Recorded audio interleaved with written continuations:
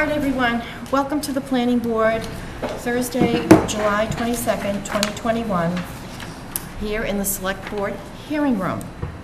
I'll entertain a motion to accept the agenda as posted.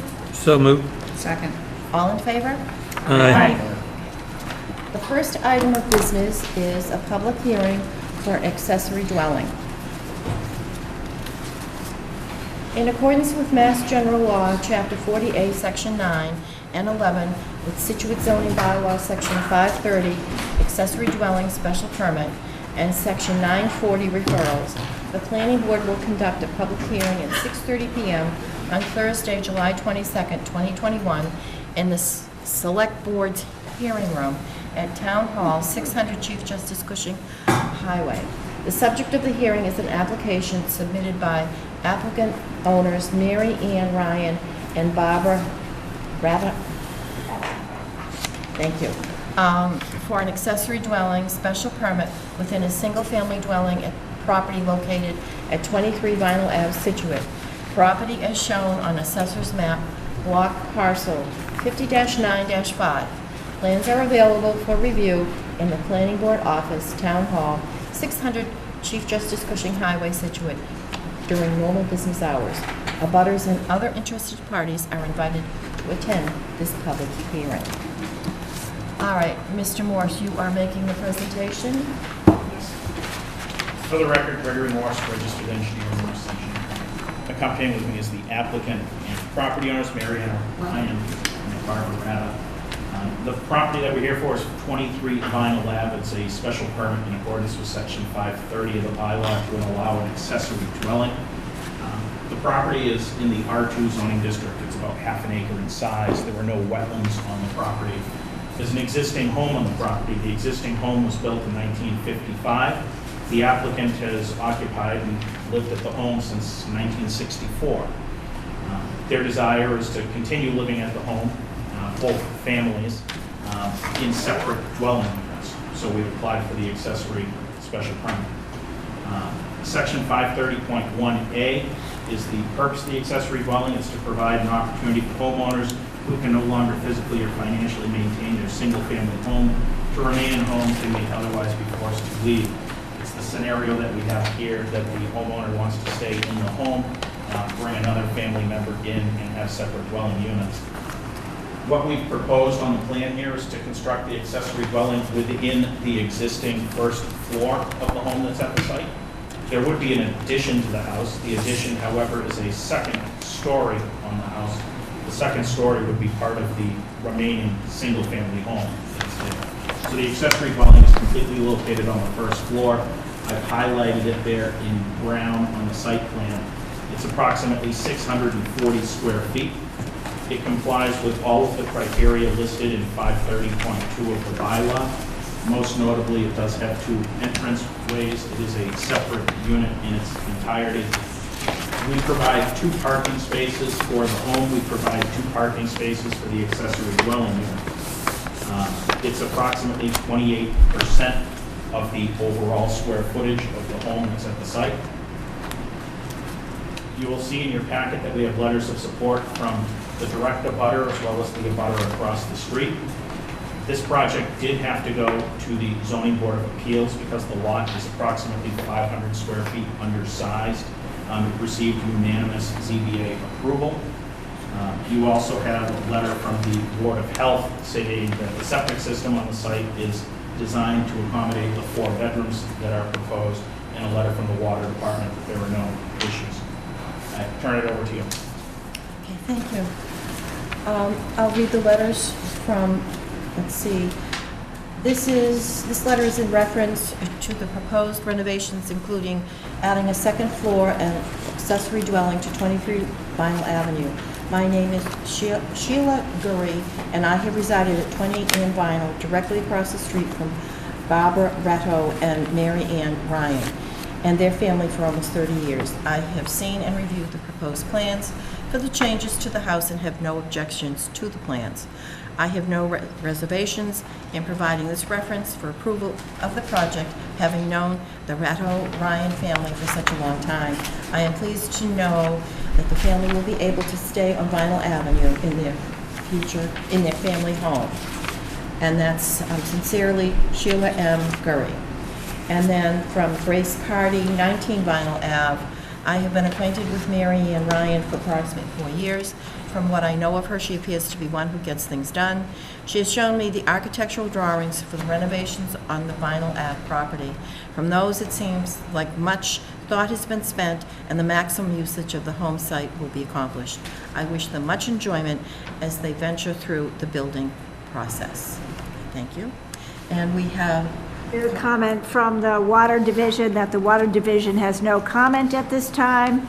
We have a comment from the Board of Health that after reviewing the plans and Title V plans, the Board of Health has no objections to the application. There is in fact a deed restriction already filed for the house for the septic system. The Section 6 finding from the ZBA was filed with the town clerk today. So I would say the size of the accessory dwelling is 640 feet, below the 750 square feet required. I would recommend approval. Thank you. I'll open it up to the board for discussion. Okay, Rebecca? So you two own the properties, or one more owner? We're both owners, we're sisters. Okay. We've lived it, someone in our family's lived there since 1964 when I was born. Okay. Thanks. And we will only live there. There won't be anyone. Barbara will live in the accessory dwelling, and I will live with my husband, and I have a 19-year-old daughter who's off to college, so she may be in and out, but we would live in the other part of the house. So Rebecca, you're all set? Steve? Sorry. Yeah, a couple questions. The calculation, the 28%, is that with or without the new construction? Because we don't have any approval for the new construction, do we? You do have the approval. The ZBA issued the approval, and all of the calculations are shown on the site plan. But the board, the building department hasn't issued a building permit.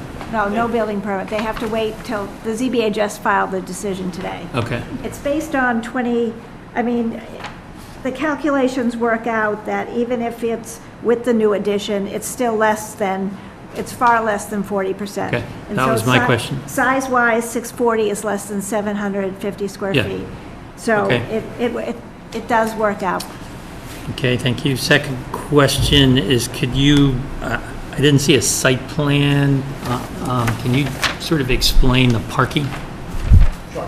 So the plan that we provided was this site plan here. Vinyl Ave is at the bottom of the page. Property line is in black. I'm sorry, I gotta get something I can see. Here's the home. There's an Here. existing driveway. This is a garage that exists. So we're parking 2 cars in the driveway. There's a parking space in the garage. And then just to the right of the driveway, we're constructing a new little gravel area for the 4th parking space. We also have a picture. You can see the existing driveway and garage surface there. So this little box to the right of the driveway is new, you're adding that? That's a new gravel Okay. surface, correct? Okay, thank you. And how do you get around to, it looks like the main entrance is, I guess is that west? Yeah, So you'd walk around the side of the house to that new entrance. okay. You can Is walk there- right through the garage, pardon me, I don't mean to Around interrupt through you. the garage. Right through the garage, it's made so that you can go, at the front of the garage is a door, Uh-huh. and Barbara would be able to walk right through to her new entrance. So is there new lighting going in? Oh, it'll be all new, everything will be new. Well, I'm just talking exterior lighting. Yes, it will be, there isn't at the moment. Okay. The only thing I'm not sure what how close the next lot is. I think it's relatively close there. That any lighting that you put there should be sort of down lighting, you know, nothing that glares out. And then the water's already been addressed in terms of, Yeah, is it a new water meter or is it? The Is water it- department said they didn't have any comments. I Okay. don't exactly know what's planned, because Okay, we'll leave it up to the water department. Because it's inside a single-family home, it may not be a new service. It just may be like it is. Okay. And is the exterior changing at all? Well, except for the fact that we're going up. Yeah, I No, meant it's going to look like one integrated house at Yes, the end sir, of the day. absolutely. Okay. That's all. Okay, thank you. Patty? Glad you could stay. Thank you. Ben? No, as long as the septic and the ZBA issues are resolved, I think this is right in the wheelhouse of what the accessory dwelling special permit is supposed to accomplish. Yep. I agree with Ben. All right, this is a public hearing. Is there anyone in the audience that would like to add their 2 cents? Okay. And I agree with Ben, this is what we want in our accessory dwelling bylaw, which is one of the best in Massachusetts. So, as far as I'm concerned, we're good to go. Okay, we have the motion. All right, the clerk needs to read the motion. That That's would be me? I move to make the following findings of fact. On June 9th, 2021, Mary Ann Ryan and Barbara Ratto applied for a special permit for a attached accessory dwelling on the property at 23 Vinyl Ave. 2, according to the Town of Scituate's assessor's record and the deed, the property at 23 Vinyl Ave is owned by Mary Ann Ryan and Barbara Ratto. 3, based on the floor plan submitted by the applicant, the floor area for the proposed accessory dwelling will be approximately 640 gross square feet and 565 net square feet. The application indicates that this is 28% of the total square footage of the primary dwelling, which is 2,283 square feet, according to the applicant, which does not include the 640 square foot accessory dwelling. The proposed square footage of the house will be 2,923 square feet. The assessor's card indicates that the next net square footage of the existing home to be 1,552 square feet. The Zoning Board of Appeals granted a Section 6 finding on 7/22/21 for the addition to the primary dwelling and accessory dwelling for 2,923 square feet. This meets the size requirements of 530.2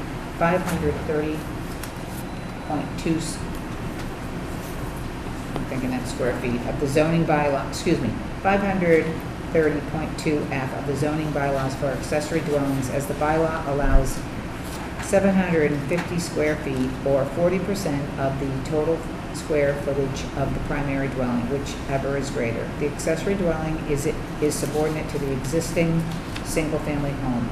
4, the accessory dwelling unit will be a complete separate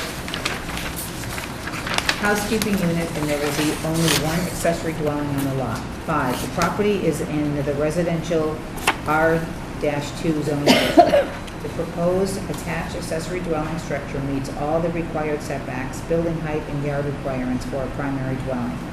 6, the proposed accessory dwelling is proposed to be located on a portion of the first floor of the existing dwelling, which a second floor is proposed to be added for the primary dwelling living. Access will be via a new door with a landing at grade and through an outdoor deck to the rear of the dwelling. The appearance of the accessory dwelling will be in keeping with the appearance of the primary dwelling. 7, the proposed addition plan, 23 Vinyl Ave, Scituate, Mass., dated 4/9/21, revised 6/7/21 by Morse Engineering Company, Inc., shows the location of the house with the accessory dwelling and garage. The plan shows there will be one parking space in the garage, 2 in the driveway in front of the garage, and a new proposed 9 by 18 gravel parking area. This appears adequate to provide 2 parking spaces for the primary dwelling and 2 spaces for the accessory dwelling, although car shuffling may be required. Ample parking appears to be provided. 8, the owners have submitted a signed notarized statement that they will both be occupying the dwelling at 23 Vinyl Ave. 9, the accessory dwelling will be serviced by town water and the on-site septic system. DPW requires for water connections will be met. 10, the application meets the standard of the Scituate zoning bylaws for an accessory dwelling special permit. I move to approve the... Stop there. We have to Sorry, vote on the findings of fact first. is that me or is that Ann? That's Ann. I'll entertain a motion on the findings of fact. So moved. Second. Discussion. Hearing none, all those in favor? Aye. Aye. It's unanimous. Okay, you're up. Okay. Keep I going. move to approve the special permit for an accessory dwelling at 60... We're at 23 Vinyl Sorry. Ave. Well, we have to That's the wrong 23, right? Oh, it's the wrong, everything. 23 vinyl. It's 23 Moving. vinyl. Ann, no. No, Just vinyl. just vinyl. This town is very confusing. Moving. I move to approve the special permit for an accessory dwelling at 23 Vinyl Ave with the following conditions in addition to the standard conditions for accessory dwelling approved by the planning board after a public hearing on 12... Yes. That's not right, is it? Yes, Yeah. it is. Yeah. Yes, it is. 17, We 15? approve the standards. That's when the standard Oh, conditions sorry. were. So you wouldn't have to read the zoning bylaw. Thank you so much. You're so welcome. 1, except for any changes necessary to meet these conditions, any construction shall be substantially conformed to architectural plans by Built Work Incorporated for improvements to the Reynolds Ryan residence, 23 Vinyl Ave, Scituate, Mass. Updated but stamped received 6/9/2021, consisting of a, is that just EX1? Yep. EX2, A1, A2, A3, and A4, showing existing floor plans and elevation and proposed floor plans and elevations. Proposed addition plan 23 Vinyl Ave, Scituate, Mass. dated 4/9/21, revised 6/7/21, prepared by Morse Engineering, Inc. 2, the numbers of bedrooms in the accessory dwelling is limited to 1 in the location and size indicated on the floor plan submitted with the application. 3, no further expansion of the accessory dwelling floor area is allowed without further review by the planning board. 4, upon occupancy of the accessory dwelling, the applicant shall provide a notarized affidavit that she is living in one of the dwelling units. A yearly certification that the owner occupies one of the dwelling units must be provided by March 1st yearly.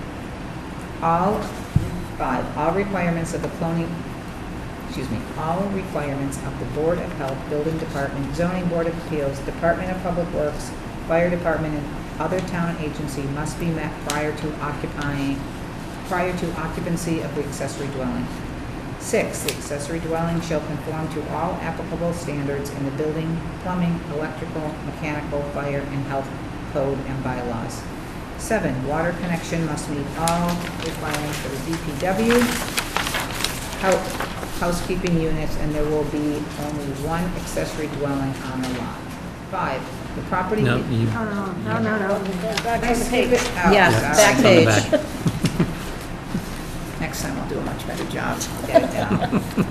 All right, 7, water connection must meet all requirements of the DPW water division for the accessory dwelling. The DPW recommends a separate water service for the accessory dwelling. Strike that sentence. Yep. Strike that sentence. Not necessary. No, they didn't comment that. Right. Okay. 8, any lighting installed shall be down lighting not to shed light on abutting properties. 9, construction work shall not begin prior to 7 a.m. weekends and 8 a.m. on Saturdays and shall cease no later than 7 p.m. or sunset, whichever is earlier. No construction shall take place on Sundays or legal, state, or federal holidays. Construction includes idling of vehicles, delivery of materials to the site, and other construction activities. 10, runoff from the proposed accessory dwelling shall not be increased from the property. 11, erosion and sedimentation control devices shall be installed to prevent any erosion or sedimentation from leaving the site during construction. Silt stock shall be used as necessary.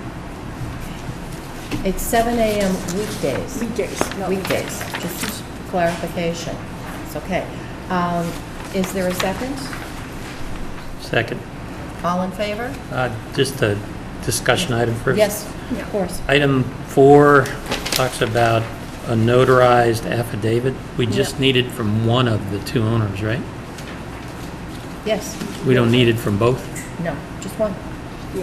The applicant are both people though, right? Well, So, Well, we can change it to one applicant. right? Is that how you would do that, Karen? well, one of them, let's say Ms. Ryan decides to stay, and for whatever reason, her sister decides to go somewhere else. Let's, just for discussion, okay? You decide that, okay, you've had it, you leave. Then Ms. Ryan can turn around and bring in someone else to live there, as long as she is the owner-occupier of the house. That's how it works, is it not, Karen? So I don't think we need both of them on this. One of them has to sign, that's all. Just Yeah, one. that's what I'm suggesting. We modify it to say one of the applicants. Just want the last sentence, the yearly certification that the owner occupies. Eliminate the first sentence. Yeah, Okay, yeah, all right. a yearly. Is that all right, Steve?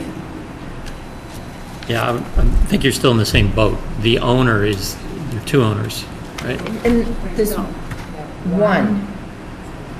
Of the owners. As long as one of us lives there. That's what I'm saying, Right. one of the owners. I'm just saying modify the language that, so it says that one of the owners occupies. Both own the house, right? Okay, all right. Yeah. all right. I'll entertain a second as amended. Second as amended. All in favor? Aye. Aye. Good luck. Thank you so May much. it all go Thank well. you. Bye-bye. All right, so it has, the decision will be filed with the town clerk within 14 days, and then after a 20-day appeal period, you can pick up a copy and have it put at the registry of deeds. Thank you so much. All right, Thanks, thank you. everyone. Thank you. Thank you. Thank you. Thank you, people. Okay, we're going to move on to surety discussion and construction update, off-site roadway improvements for Old Driftway, the residences at Driftway Place, applicant owner, the residence at Driftway Place LLC. And who would be here to present this, please? You can speak. It's so nice to see everyone in person. It is, It without a is mask just- on as well. Oh, It's my very, goodness. much better than the last time we saw you. Good evening, Madam Chair, members of the board. It's great to see everybody. My name's Theone Alakandar from the Drew Company. We're the developer for the project. With me is our CEO, John Drew, also a resident of the town, as you all know, and Chris Grant from Delbrook. All right, we're here to talk about your construction update and surety. You want to start with update or surety? Well, let's do update. Okay. So things are moving along well. We started in April, and we brought Chris here to give you as much detail as you would like this evening, but I'm sure some of you have driven by the site and have seen the construction fencing all around, and we are well underway, so I will turn it over to Chris for an overview. All right, I'll try and be brief, but I gotta make it long enough so I get my month's requisition paid, but. So really, I'm Chris Grant. I'm the senior superintendent on site. I'm responsible for all construction operations day to day. So just to give you a kind of a high-level thing, kind of where we started. We started out doing pre-construction for the Drew Company probably 4 years ago. Very happy to see this project finally moving forward. Since then, we have had a pre-construction meeting with the town and a lot of the town agencies, so we did that before construction. We've also secured all of our permits, met with the abutters, so we have a good line of communication with not only the Hoffmans, but Mr. Tedeschi as well. And then, you know, obviously, we mobilized on May 17th. Construction fence has gone up, erosion controls, kind of the standard site security stuff. We have since demolished all of the existing lots, so we've taken away the infrastructure, the power, cut back on a lot of the drainage. Right now, we have exported approximately 15,000 cubic yards of material, so that's gone well. I'm hoping we finished up today, so we're all done with that, and hopefully there was no inconvenience with that. We have put in 2 of the drainage field systems, the AA underground recharge chamber, as well as the DD underground recharge chamber. We have tied into the water line, so we brought the 8-inch main in off of old Driftway, so that's on site. And we are currently installing water. We have also tied in the drainage in the southwest corner. So now we can start continuing with our on-site drainage. So that's pretty much what we've done to this point. Where we're going is on Monday. We will be starting the rammed aggregate piers. We have GZA coming out. They'll be doing vibration monitoring, as well as, overall supervision of the installation of the piles. Right from there, we're going to move into foundations, and then we start to go vertical with the podium construction, and then kind of into rough framing. So I won't bore you with any more details, but welcome, any questions, concerns. So. How long will you be driving piles? Well, it's not driving piles, it's rammed aggregate piers. Right now on our schedule, we have approximately 8 days. So on Monday, we'll be installing our test pile. So that's in between buildings C and B. Mm-hmm. So we're going to be installing that there, and then we'll go right into production piles. So can you explain what a rammed aggregate pier is? Yeah, so it's basically a ground improvement where we're going through the materials that can't support the building structure. So we're basically going down to a good bearing soil. That's done through a series of borings that GZA had done originally. Mm-hmm. Most of the borings are approximately anywhere from 4, I think the deepest one might be 12 feet. But basically we go in with like a big excavator. We'll drill 24-inch hole, basically with the steel sleeve. We'll fill that sleeve with 3/4-inch crushed stone and just compact it down till we've met, the engineering requirements and move on to the next one. So the noisy part is the compacting? Will that be noisy? It's not super noisy. Mm-hmm. It's more, you feel vibrations, if anything, so. Okay. Okay. Karen, do you have any comments? No, things are going very well out there. Our consulting engineer has been going out there, observing the drainage, providing reports to us, and everything is going very well. And I think kudos should be said as far as with one of the storms we had, there was a breakthrough, and within 24 hours you dealt with it. And that even sooner than that. Less than 20. I mean, but I went out there at 4:30. By 6 o'clock, it was all repaired. Pictures were in the office the next day. The SWIP report was in the office before I even got to work the next day. So they have been very, very responsive to that. And in subsequent storms, no silty water has gone off site, and they have been on it during the rain. They've been there. Looking at all the different places that it could go off-site. That's why I feel it should be acknowledged. Oh, thank you. You're doing an admirable job to keep this under control, because it's a very, very big site. Yeah, well, we try to do what we say, and we apologize for that little runoff, but obviously with the weather this month, the dust control's been great, right? Yeah. So, and it rained again this afternoon. We're all going to turn into mushrooms. Okay. Well, it was also, I think the fencing around the job site was Yes. very well done too. I think it, Thank you. it sort of just speaks to, a well-kept job site too, so Well, appreciate On that. the signage, there's a little too much Delbrook signage on there. Well, Hey, you gotta advertise where you can, right? Does anybody? Yeah, I just, one question on, since we've had such a rainy month, Yep. and knowing kind of some of the stormwater issues we've had on other projects in town, through the permitting of this, you did a lot of work on kind of low impact development and the drainage design. So I was just curious, during this construction phase, I guess you're saying you're already setting up some of the infiltration systems and drainage. So what sort of safeguards are being taken on site to prevent that from getting damaged or silted up or whatever during all the site work? so again, with those the new underground recharge chambers, as we bring them online, a lot like we're doing out in the current roadways and catch basins, silt socks, those will be installed, hay wattles around areas, as we bring them on. I mean, we have to keep them clean, because at the end of the day, the engineer of record inspects every single, either whether it be a manhole or catch basin, and we have to keep them clean. They won't accept them at the end of the job if there's any silt in them whatsoever.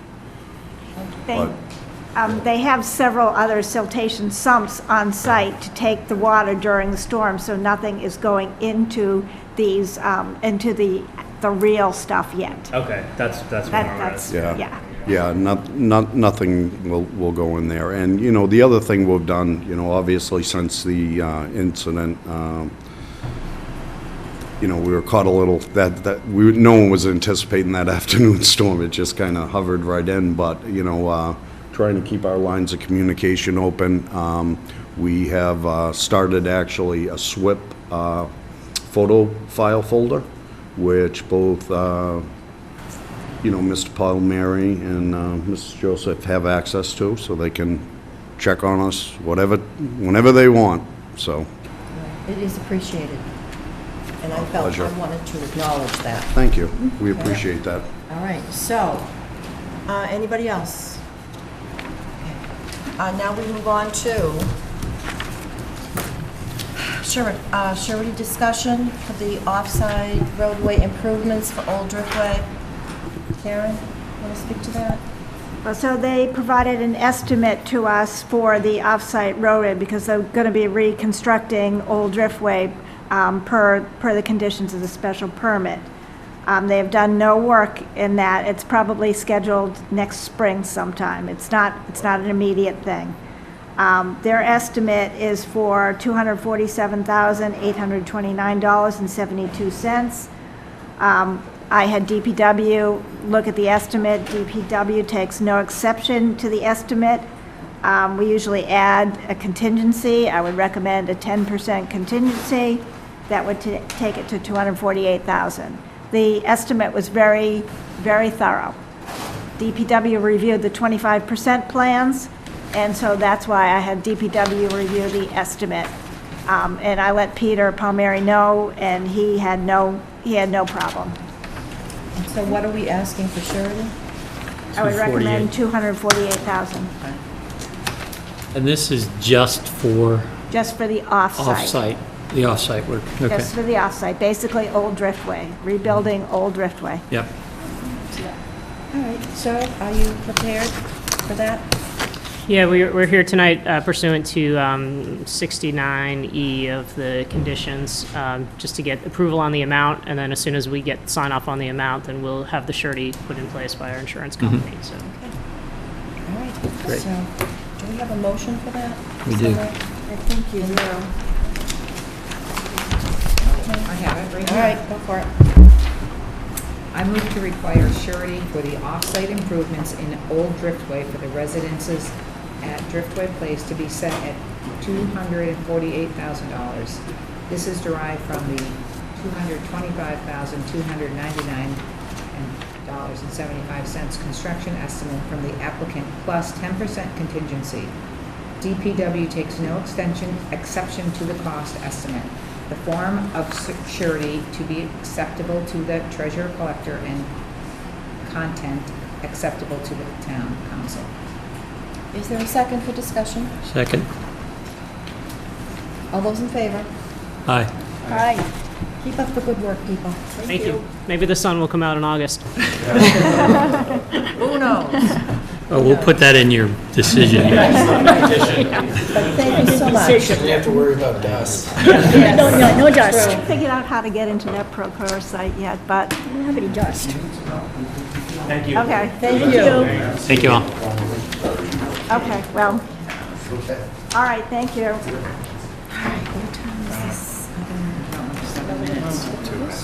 It's a public hearing, yeah. Stuff to do.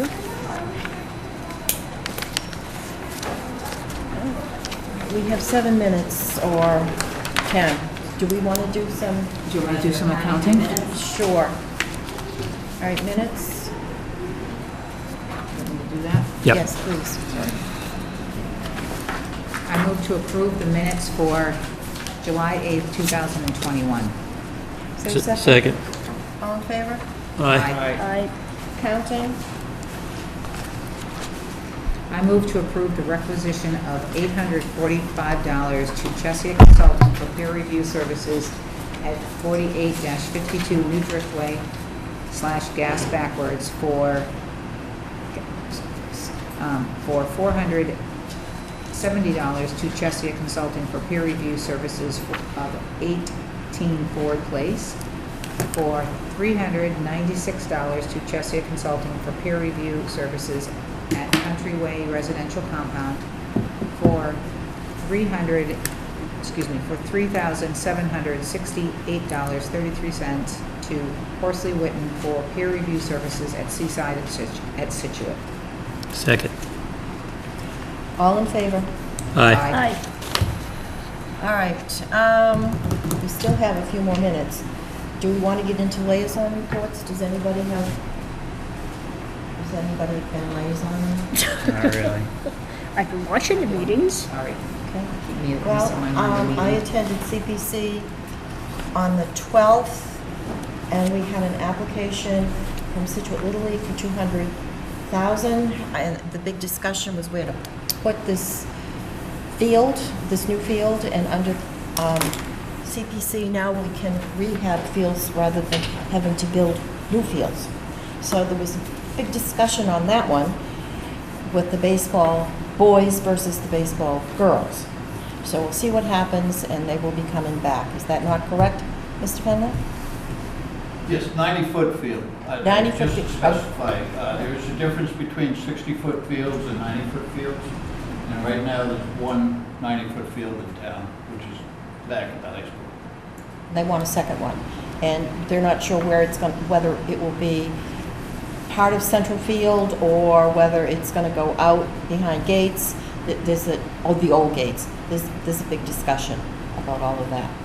So that was that, and then there was an application for the Appleton Community Garden, $62,000.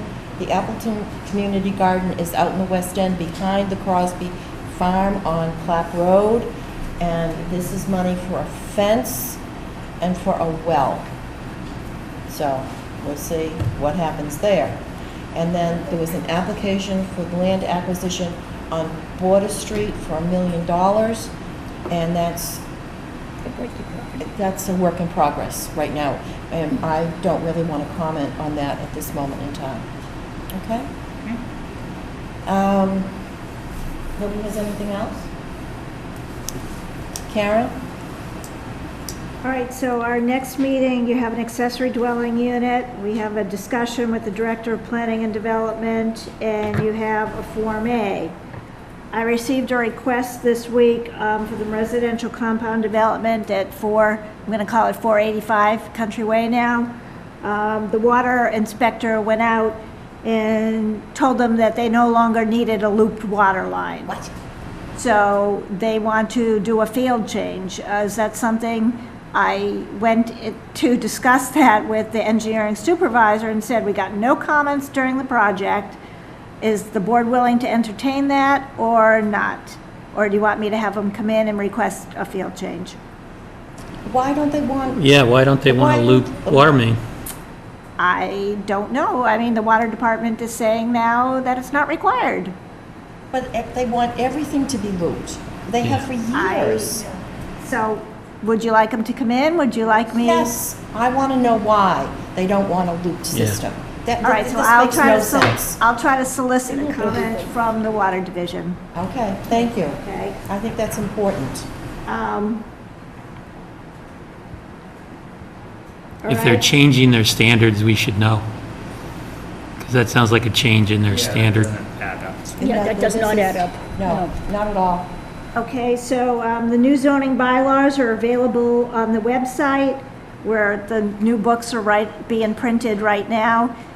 It includes the North Scituate and inclusionary zoning, doesn't include signs because the AG hasn't approved them yet. We had a meeting this last week, I think, with Judy Barrett and Bob Mitchell, who are working on our lot shape factor. And it's just not going to be ready for a fall town meeting.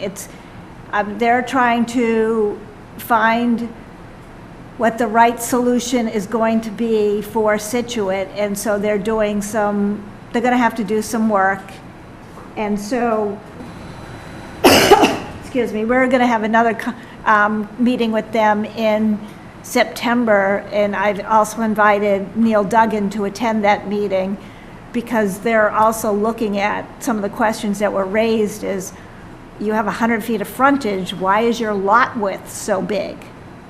And so that might be artificially making some of the problems for a lot shape factor. So they're going to do an exhaustive review, but it's not going to be ready for the fall town meeting. The fall town meeting date has been set for October 26th. We're going to put the master plan on the warrant for town meeting endorsement. But other than that, I don't believe we're going to have any other zoning articles. It's just, there's not enough time to get something prepared. Sorry, what day did you say? October 26th. It's a Tuesday. Yeah. I don't know why. It might have to do what was available at the high school. But, Wear your costume. and the zoning map is in the process of being redone right now as well. We should have a draft in the office next week sometime, and then hopefully we'll be able to get it printed very soon thereafter and get it up on the website and up and about again. So we have been diligently getting all the stuff done from town meeting that we could get done. Excellent. Great. All right, are you all set? Is that everything? Unless you have any questions on any of the other projects. What's going on with the gas station? Are they getting ready to start construction? The gas station is getting ready to start construction. They don't have a building permit for the building yet. They have a building permit for the wall. They don't need a tank installation permit. I don't have surety yet. When they came to the planning board for surety, they gave you an estimate for all the site work. That's not what the decision called for. So I have agreed to reduce the number after concurrence with talking to Ann and talking to John Cheshire, what we feel is the right amount. It's somewhere 400, I think it's 450, something in that range. And so they're trying to get me cash or a bond. And it's been a little difficult. So are they coming up with a new estimate that has to be approved, or? Well, since it's much less, I mean, John looked at it and said, just go with it, whatever. So they came up with a thorough estimate. Okay. And so I'm just waiting for the surety to be in. Because tank installation doesn't require any permits, DEP, I guess, looks at it all afterwards. We will probably let them go with tank installation as soon as we get the surety. And so, like Mr. Grant said, I mean, they've been coordinating. Everybody knows at the pre-con meeting for that, We told them, you know, Drew is building their building, so everybody knows who's building what around here, and that there will be improvements in new Driftway. So I believe all that will be coordinated. So I would say in the next few weeks, it's going to start.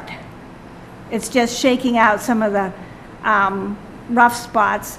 It took them several passes to get the gutter sizing right. John had wanted the front gutter sizes to be looked at. Took several passes, and finally, they haven't submitted the revised stuff to the building department. But John has finally approved a 4-inch gutter size in the locations of the downspout. So I'd say as soon as they get me that surety, it's going to start. Okay. It's going. No, I saw they fenced it off and delivered the tanks, Fenced it right? off, and I believe the demo permit is in.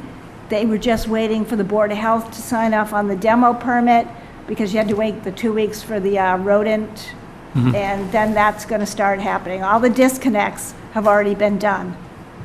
And the tanks are on site because it was take them now, or it could be 4 months, and we didn't have any objection. And they've met with the police department and fire department. We're both at the pre-con, so they understand the traffic restrictions.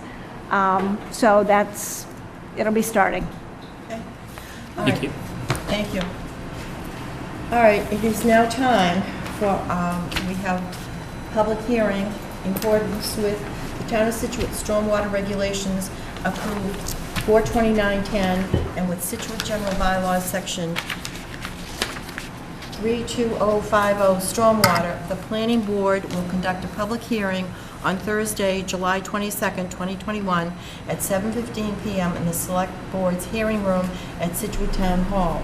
The subject of the hearing is an application submitted by applicant owner Susan Stone for stormwater permit for property at 16 Man Hill Road, Lot 3, which is a 40,068 square foot lot, which was divided from the larger lot, Assessor's Map Block, Lot 27-7-9A, currently 28,450 square feet of regrading clearing is proposed for Lot 3 only. The property is shown on assessor's maps as a portion of 27-7-9A. Over 40,000 square feet of disturbance is planned when the other 2 lots are developed. Plans are available for review in the Planning Board office, Town Hall, Scituate, during normal business hours. Abutters and other interested parties are invited to attend this public hearing. Okay, and who is making the presentation? Madam Chairman, Cy, Greg Dancy, Ross Engineering, I represent the applicant, Susan Stone, and this is lot number, it's house number 16 on Man Hill Road. As you go down the road from Dan Vinyl, it's the first lot on the right. And just a brief history, this project was originally submitted as a total of 3 lots altogether. At that time, we had filed for and obtained coverage under our NIPD's permit to include the other 2 lots, because the total build-out is more than an acre, which required the NIPD's permit. So we have that permit in. It's just basically we're going to be doing these permits 1 lot at a time, which is probably the same as phasing it from a build-out standpoint. But we're just looking at lot 16 right now. What we are proposing to do, we're proposing to control the stormwater using basically 3 controls. One is the permeable pavement, which you see in the light blue area here. The other, we're using permeable pavers, and we're also taking advantage of the freeboard in the pool. We're assuming a 6-inch freeboard. If a 100-year storm comes, that pool will fill up, and it will flow down into a natural stormwater lawn basin. This basin, again, it will look like it's integral to the lawn. It will be maintained integral with the lawn. There's a shallow weir at this point where the water will continue to go down the natural path. And so we are not altering any of the drainage patterns. We're not putting more water out onto Man Hill. The septic system has been revised since the last time this plan was submitted. The septic system, it's a larger system, it's out front. That's all going to be a nice lawn area. There's going to be control of runoff through swales. It'll bring it back. It'll treat it, it'll mitigate it through this shallow detention basin, and it will release it down this buffer here. And that flow path is the same as what it was in the existing condition. It's been very, very much maintained. It's very similar to what was there, or what's there right now. And with that, Madam Chairman, I'll turn it back to you. Thank you, Karen. Why don't we have Peter Palmieri, our consulting engineer, go first? Good evening, Peter Palmieri from Merrill Engineers and Land Surveyors. We performed the peer review and submitted a report to the planning board. I think it was on the 13th of July. This looks like a different plan than we reviewed, and just quickly, we did have a riprap area up here. We noted in our report that we didn't understand why it was on there, but apparently that we moved it. So we also recommend some additional soil testing. They performed soil testing here, here, and here. We thought since this was acting as a stormwater management BMP, we should have a soil test here. They also recommended one down at the bottom of the driveway due to the fact there is a difference in slope here, or grade, I should say. We want to make sure if this is going to be a BMP that it meets the criteria for groundwater separation. The calculations for the driveway assume that the entire length of the driveway can provide storage for the stormwater. Because it's at a 5% slope, give or take, we don't think that's practical. We don't think it's possible, actually. So we've asked them to take another look at that. We also recommended that on the drainage analysis, their design point was here for both the existing and the post-development condition. It was somewhere down in here. We recommended they put one right here, since I think quite a bit more runoff is going to be coming down towards Man Hill Road, both from the front of the site where the septic system is, as well as the driveway. And I think that's very important. They did propose a sediment control plan in erosion control. We recommended that they provide the calculations for the sizing of the sediment, temporary sediment basins, in as much as they still have to maintain the no increase in post-development flows during construction, and that would be for the volume and the rate. Presently, they have it in this area. I think maybe this area would be better, but again, as construction kind of moves around, they may require more than one, depending on what they're doing. We question the practicality of using permeable pavement for a driveway for a couple of reasons. This driveway is at 5%. That's the maximum slope that the stormwater management policy says is practical.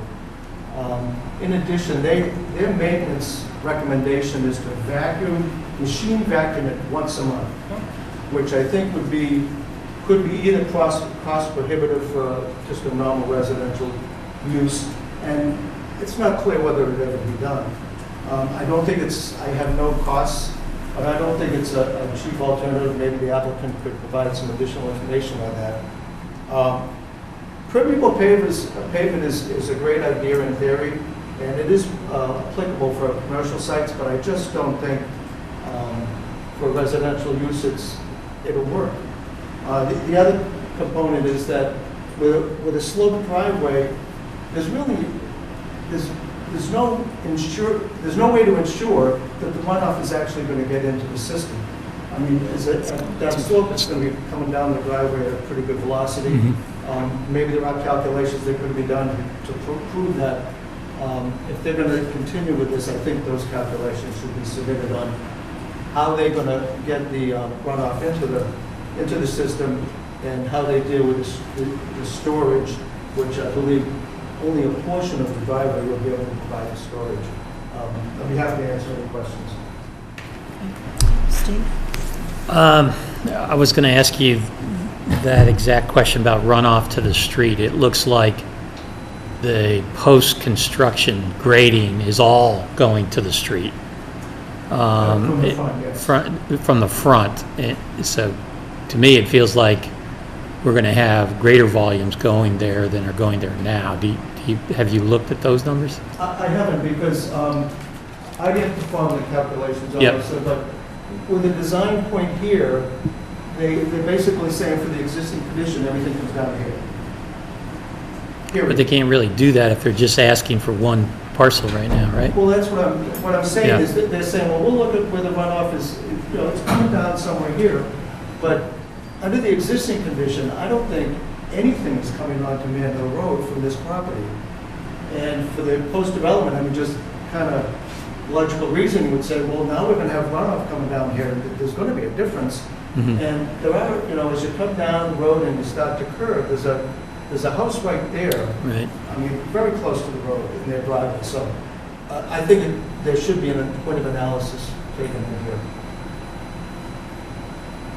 Agree. And how, considering the existing grades and the proposed new grades for this one lot, what's the transition look like at the borders?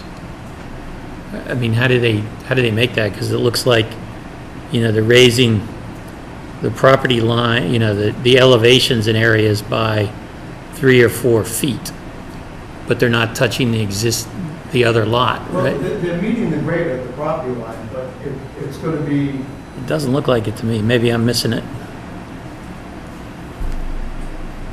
well, they're actually tying it into the adjacent lot.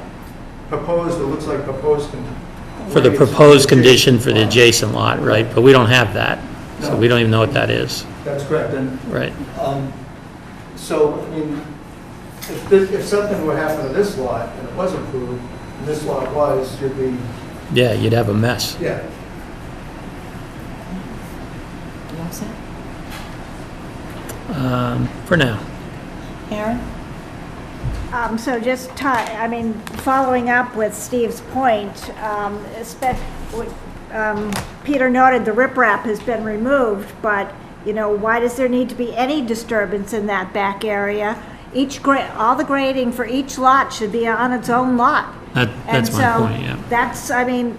There's going to be 3 individual stormwater permits for this, so we don't run into the problem of, like we had with a couple other projects but the grading for this lot all has to be on its lot, and there should be no other grading for any other lot on this lot.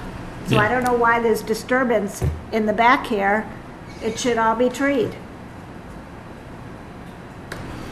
I agree. I think, if we're just asking for one lot, then you have to leave the existing conditions the way they are and tie into the existing conditions. If you want to do all 3, then file for all 3.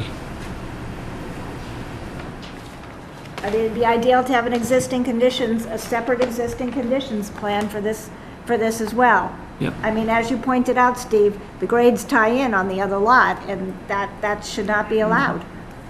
Yeah. 'Cause that won't- I again, like won't Peter, exist. question whether the permeable pavement for the driveway is really practical for a single-family home, especially with the slope of the driveway at 5%. I think it's completely impractical to expect a homeowner to vacuum the driveway once a month with, order a vac truck or something. I think that's completely impractical. I wouldn't buy that as a maintenance plan. Mr. Tanzi? Yes, thank you, Madam Chairman. We took the riprap off this plan because that was left over from a previous submittal. And as you can see, we have the ability to remove it. When the adjacent lot, lot number 18, Man Hill Road, when it gets built up, those grades have to be raised up, just like the grades on Lot 16 have been raised up, because they've got the same groundwater condition.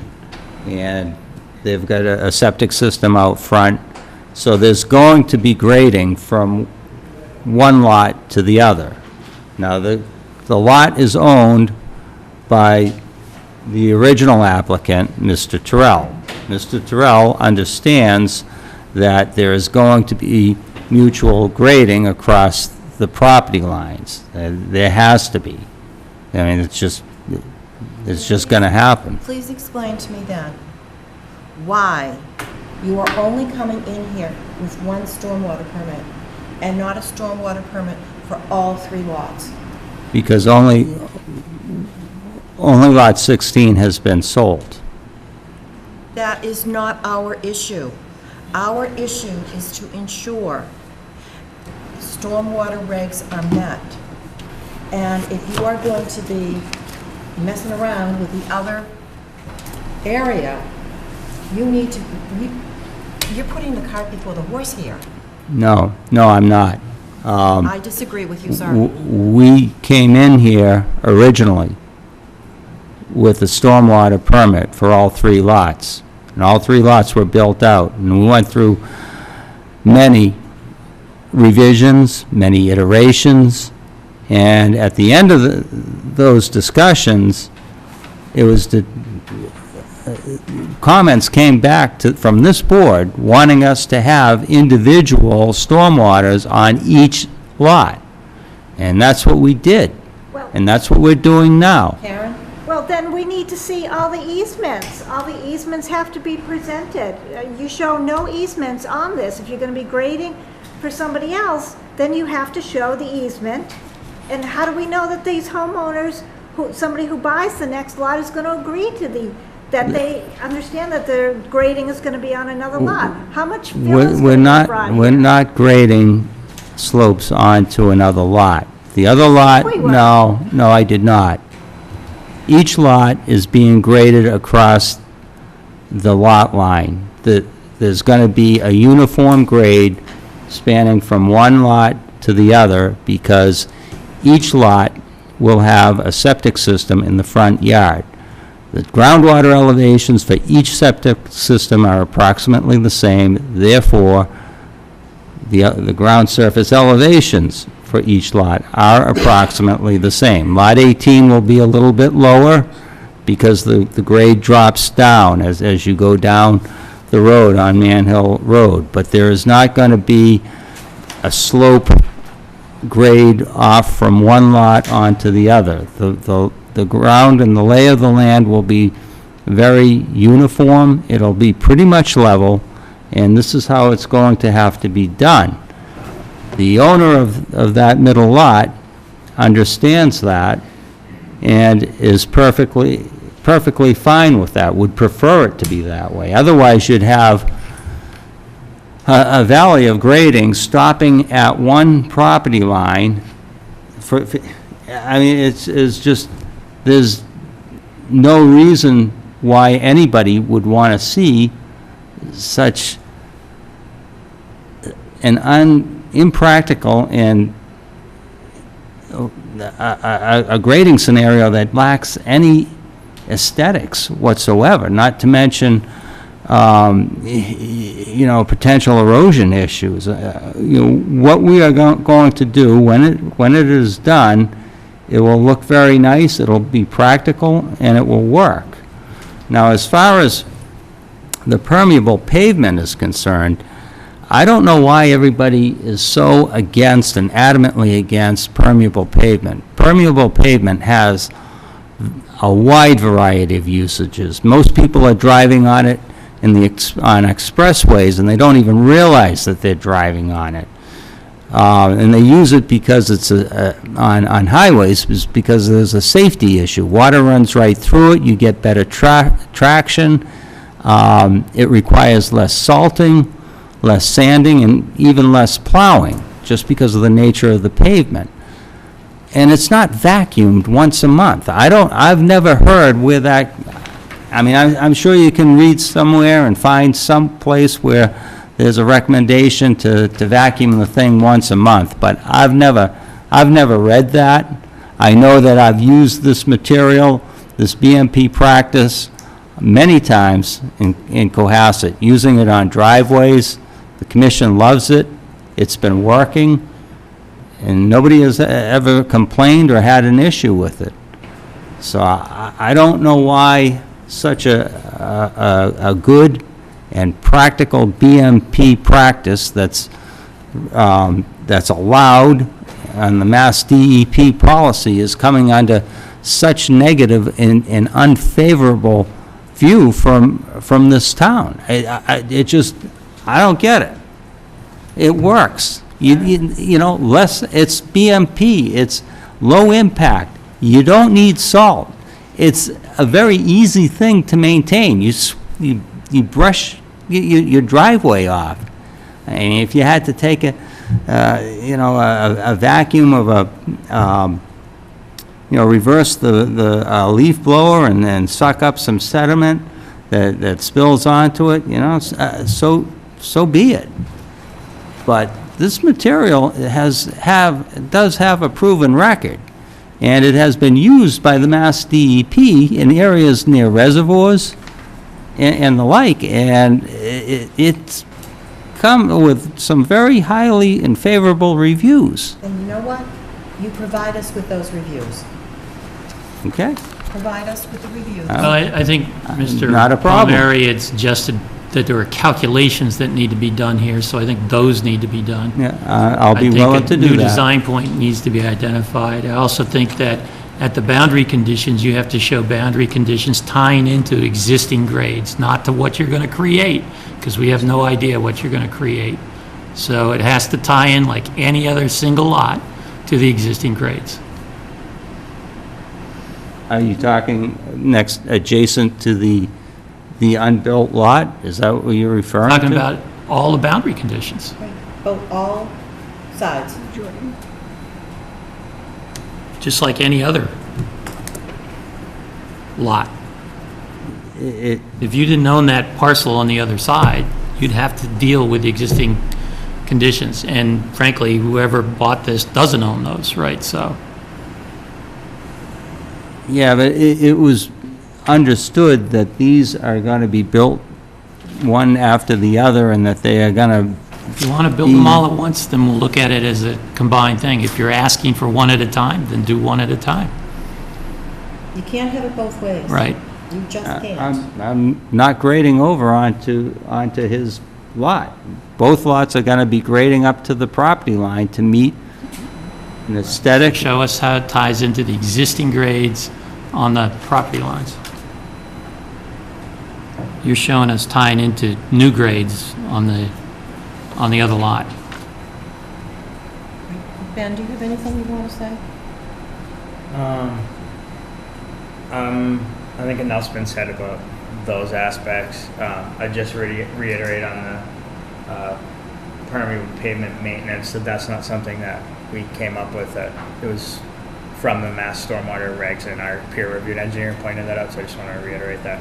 And then lastly, I feel like I'm beating a dead horse if I go back to the old iteration of this plan, but I question why we know that the abutters for these parcels have issues with privacy and maintaining screening.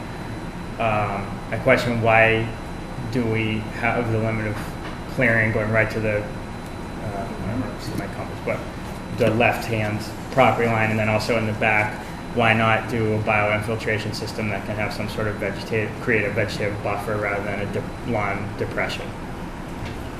That's just I'm trying to just use design as a way to solve potential concerns of the butters. That's my comment. Thank you. Rebecca? Adam? No, I defer to the engineers. Okay, and, nope. Karen, anything further? So, based on the engineering peer review, I talked to Mr. Tanzi and told him that a continuance was going to be in order. We agreed to extend it to have the next hearing on October 26th. You mean August? August 26th. Mr. Tanzi thought that would be enough time to get revised plans and calculations in. So I would suggest a motion to continue to August 26th with time to file to October 8th. I move to accept the applicant. All right, is there anyone from the public that would like to speak before we move on? Yes, sir. Would you identify yourself, please? My name's Alan Wasserman, 12 Manhill Road.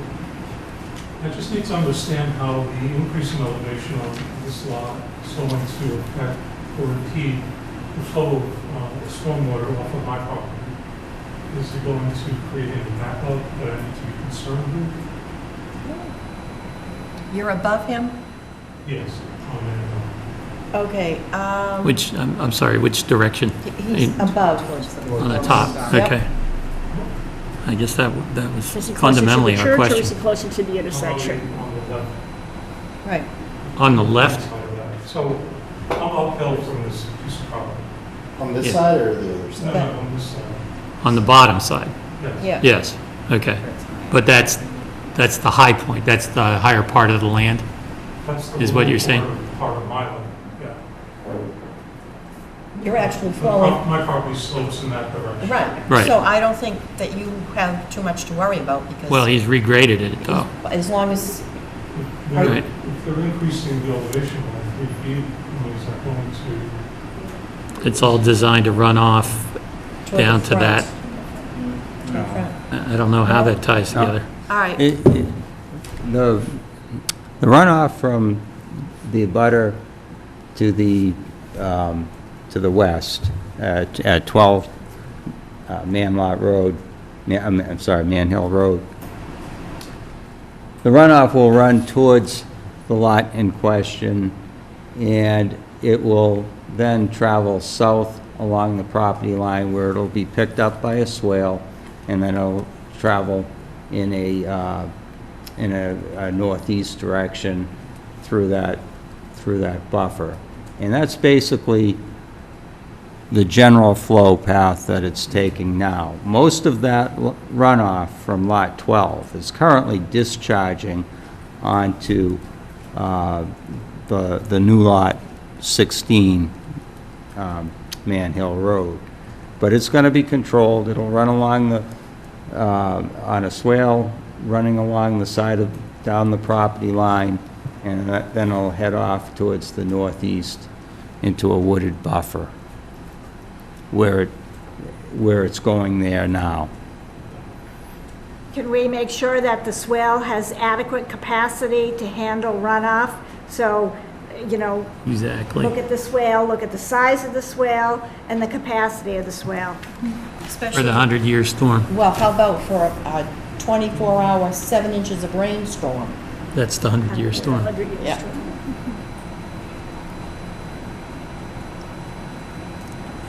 Sir, are you all set? We will make sure that it is as it should be. This month especially, we had 9.5 inches. I know. It takes like 3 days to back our property, to not seem like you're stepping on a wet sponge already. So if the water is not flowing as well as it should, it's just going to be worse. That's what I'm concerned. Point taken, sir. All right. Anybody else? All right. Rebecca? I move to accept the applicant's request to continue the public hearing for the stormwater permit for 16 Manhill Road until August 26, 2020 at 6:30 PM, and to continue the time for action for filing with the town clerk until October 8, 2021. Is there a second? Second. All in favor? Aye. Thank you. Thank you very much. Thank you. Okay, thank you, Karen. My goodness, we are right on time. Imagine that. Now we have a discussion, Seaside at Scituate.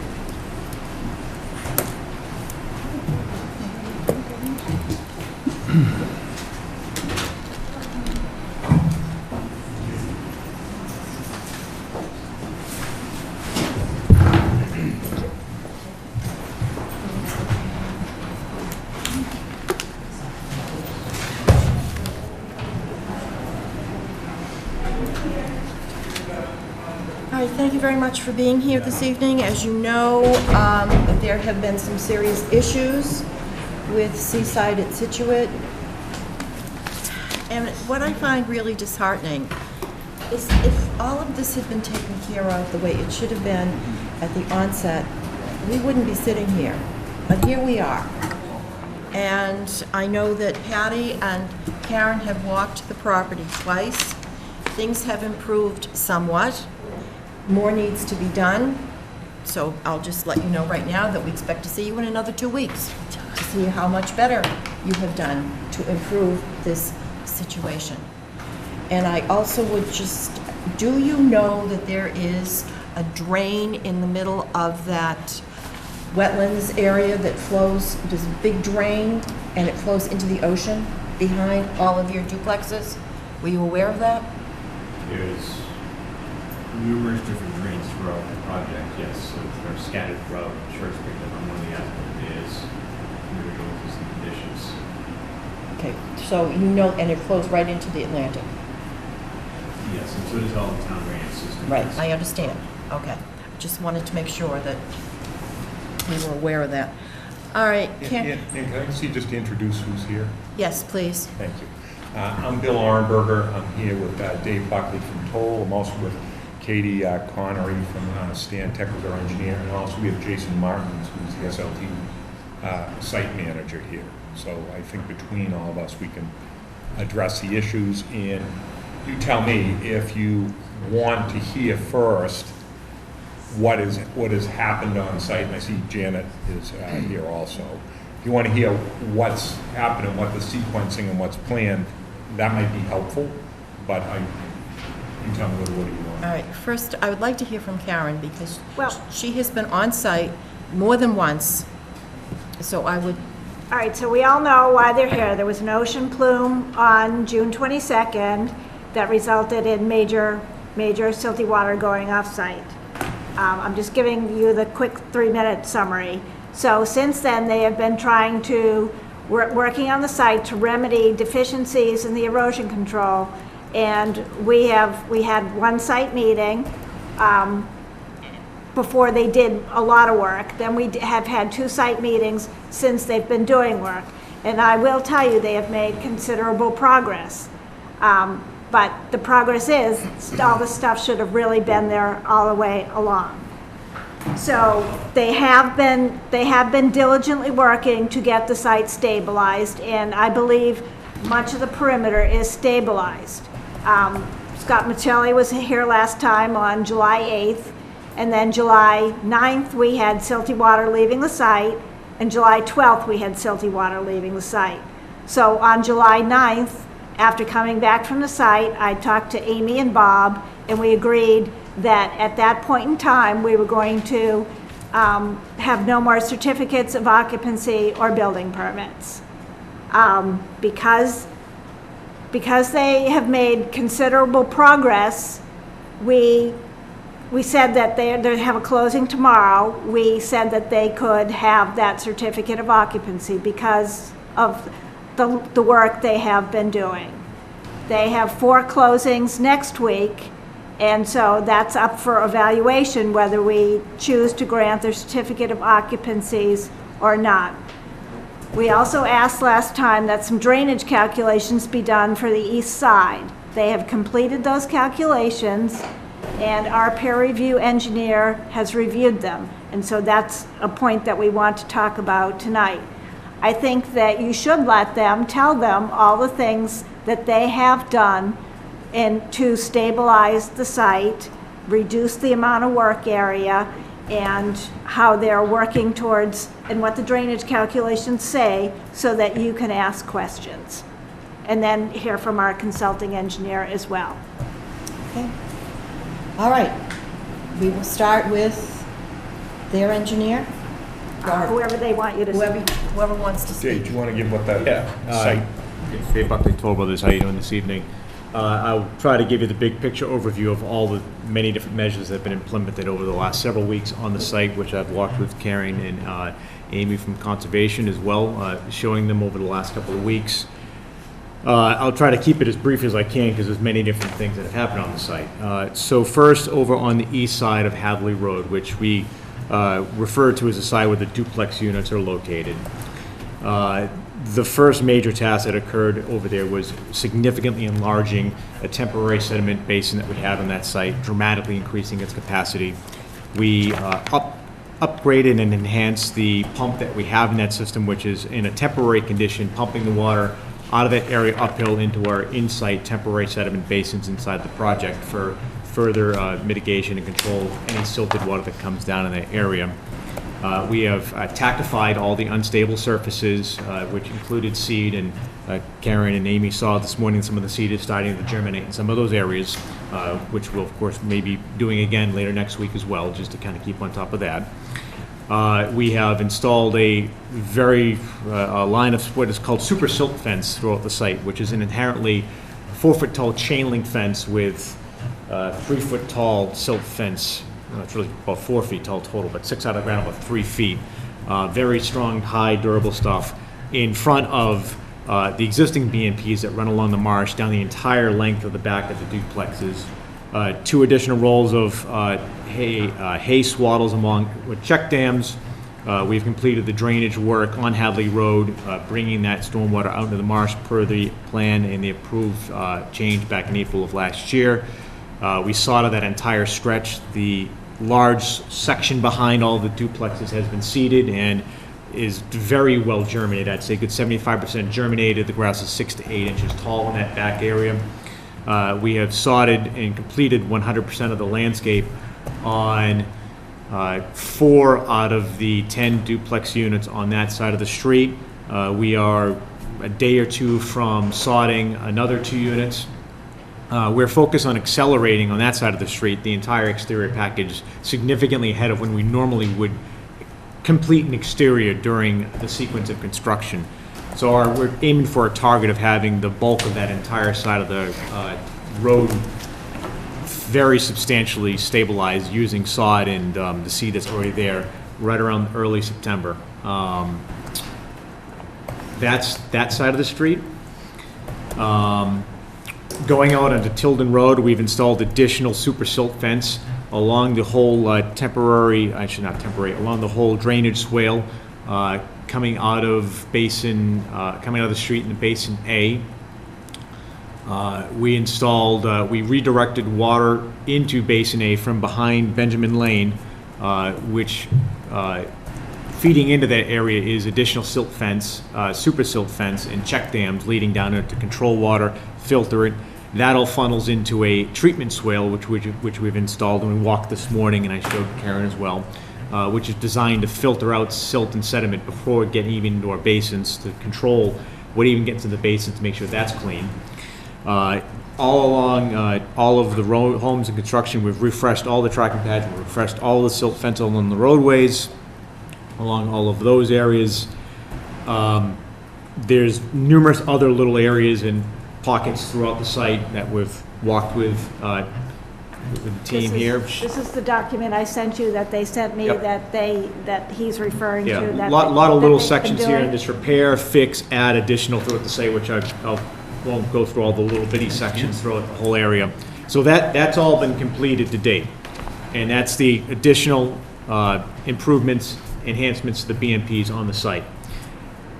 In addition to that, we have engaged in what we would consider almost our third phase of this whole process, which is shrink footprint a lot of our common areas. We've remobilized several, right now one and soon several of SLT's crews back into the job site to give additional man and machine power into the site to really focus on some of these perimeter areas that are behind units and getting them resculpted and using sod to get instant stabilization as opposed to seed. So that's, that is a process that's ongoing right now, that we hope to make some pretty significant headway with their team as they've mobilized quite a few pieces of machinery and are moving more in as we speak over the course of the next 4 to 6 weeks. All right. So why don't we talk about the drainage calculations that we asked you to submit last time, both for the temporary basin and for the other stuff. And then, you guys can present your side, and then we'll have Janet present her review of it. Again, I'm Katie Connery from Stantec, and I received the latest as-built conditions, and I compared the as-built to, defining as-built. The as-built is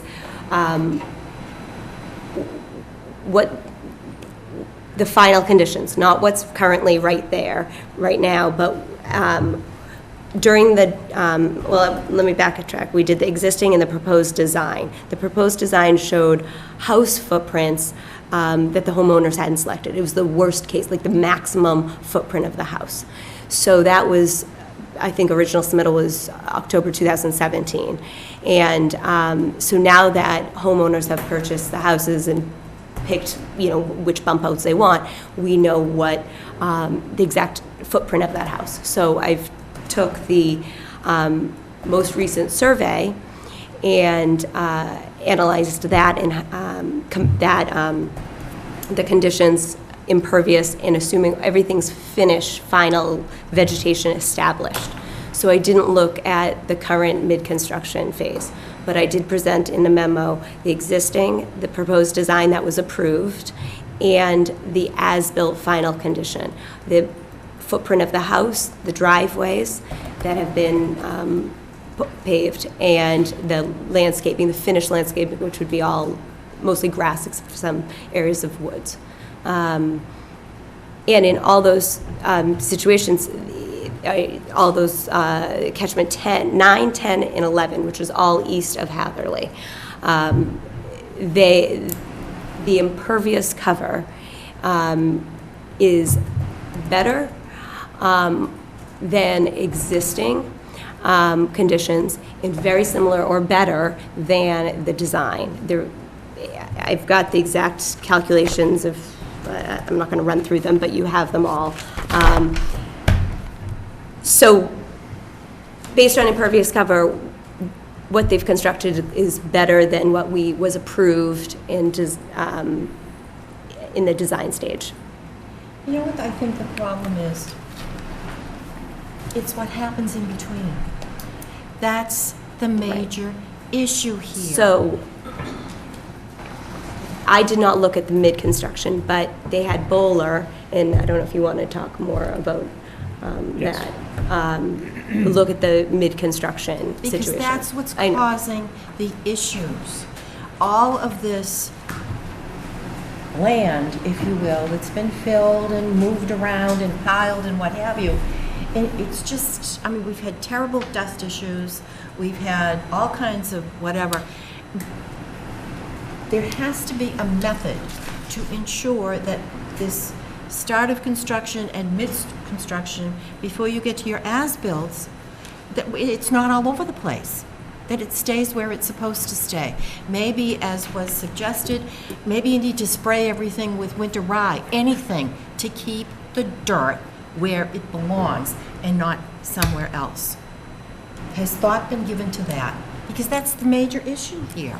So I can speak to that, and we had Bowler do an analysis. So we had Stantec and Katie from Stantec focus on doing a HydroCAD analysis, making sure we bifurcate the conversation into two pieces. There's the during construction conversation, then there's the when construction's finished, the design conversation. So just to make sure we're bifurcating the two, focusing first on the when the construction's finished, double checking and re-verifying the numbers on that side. So that was something which I had a conversation with Karen initially on. Let's cross our T's, dot our I's, just make sure that what we currently are building, when we're all said and done, that it complies with the original design calculations or better, and let's compare those two. So we had Stantec do that analysis, which is which Katie submitted for review, and I know Janet has reviewed. In addition to that, as a Stantec, to make sure, because we have a 2-week window, we wanted to get as much done, so we had to bifurcate this to another engineering firm, Bowler Engineering, which we submitted additional documentation to Karen yesterday, I think it was, maybe early today. You all received that. We asked them to take a look at, we did a microtopography of the basin that we had enlarged.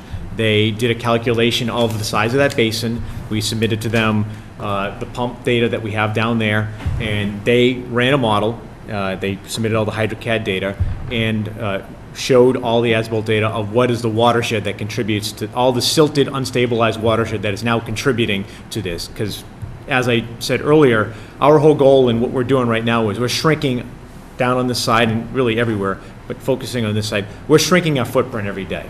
Every day that every piece of sod that we lay down, we're stabilizing another square foot of sod. Every day that something is improved, there's that much less silt that we're dealing with on the job site. So we had them analyze what the watershed is that's going down into that basin, and we had them run some numbers using the CN, I'm not an engineer, but the proper CN numbers for the unstabilized soil. For a bare. And what their analysis was, based on what's unstable going to these basins, that combination of that with the pump can handle a 100-year storm event without any water leaving that setup. Now, in addition to all of that, as I've walked the site and showed the team here, in addition to that, even on the downhill stream of those temporary basins and measures, we have a large super silt fence that has been additionally installed. So even in the unlikely event that we had an event that was above and beyond a 100-year event, there is a large super silt fence surrounding the downhill gradient of that that temporary measure, which would get additional filtration and controls in the event that NOAA came to the job site. No pun intended. So that is belt and suspenders on top of everything that we have from an interim phase. And on the subject of stabilization, winter rye, if you will, that has already happened. That whole area has already been sprayed with winter rye, twice actually. Some germination is already happening there. We discussed this morning, we're gonna have it done again, because it does get kicked around during construction when machine drives over it, so maybe we've squished a little bit, and we're gonna spray that a couple times. But as I mentioned, our goal is to accelerate the exteriors of those. We'll be, like I said, significantly stabilized over there in, our goal is early September. So even, we did all this work, we added those simple silt fence, we added all this stuff down there. Realistically, it's only to cover us for the next 4 to 6 weeks. We did that because we have to do it, we want to do it, we don't want to have any sort of issues or worry down there right now. So that's really the strategy, as you mentioned, during the interim construction over there, which was by far the major issue we had on the site. I would suggest we hear from Janet. I was just about to say that. Janet? Hi, for the record, I'm Janet Bernardo. Sorry.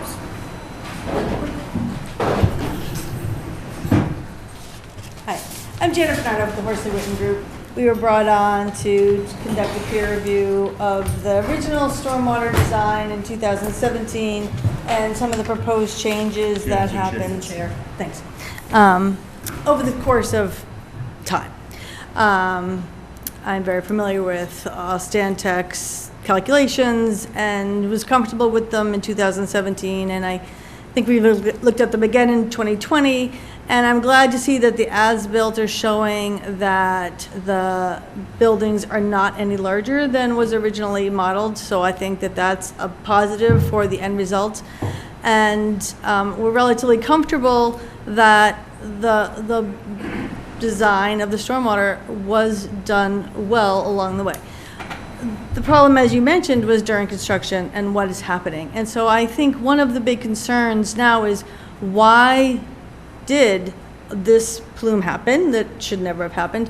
Why were, many of the abutters talked about water in their backyards, which shouldn't have happened, because that was never part of the model. It never ever showed flooding going off the property.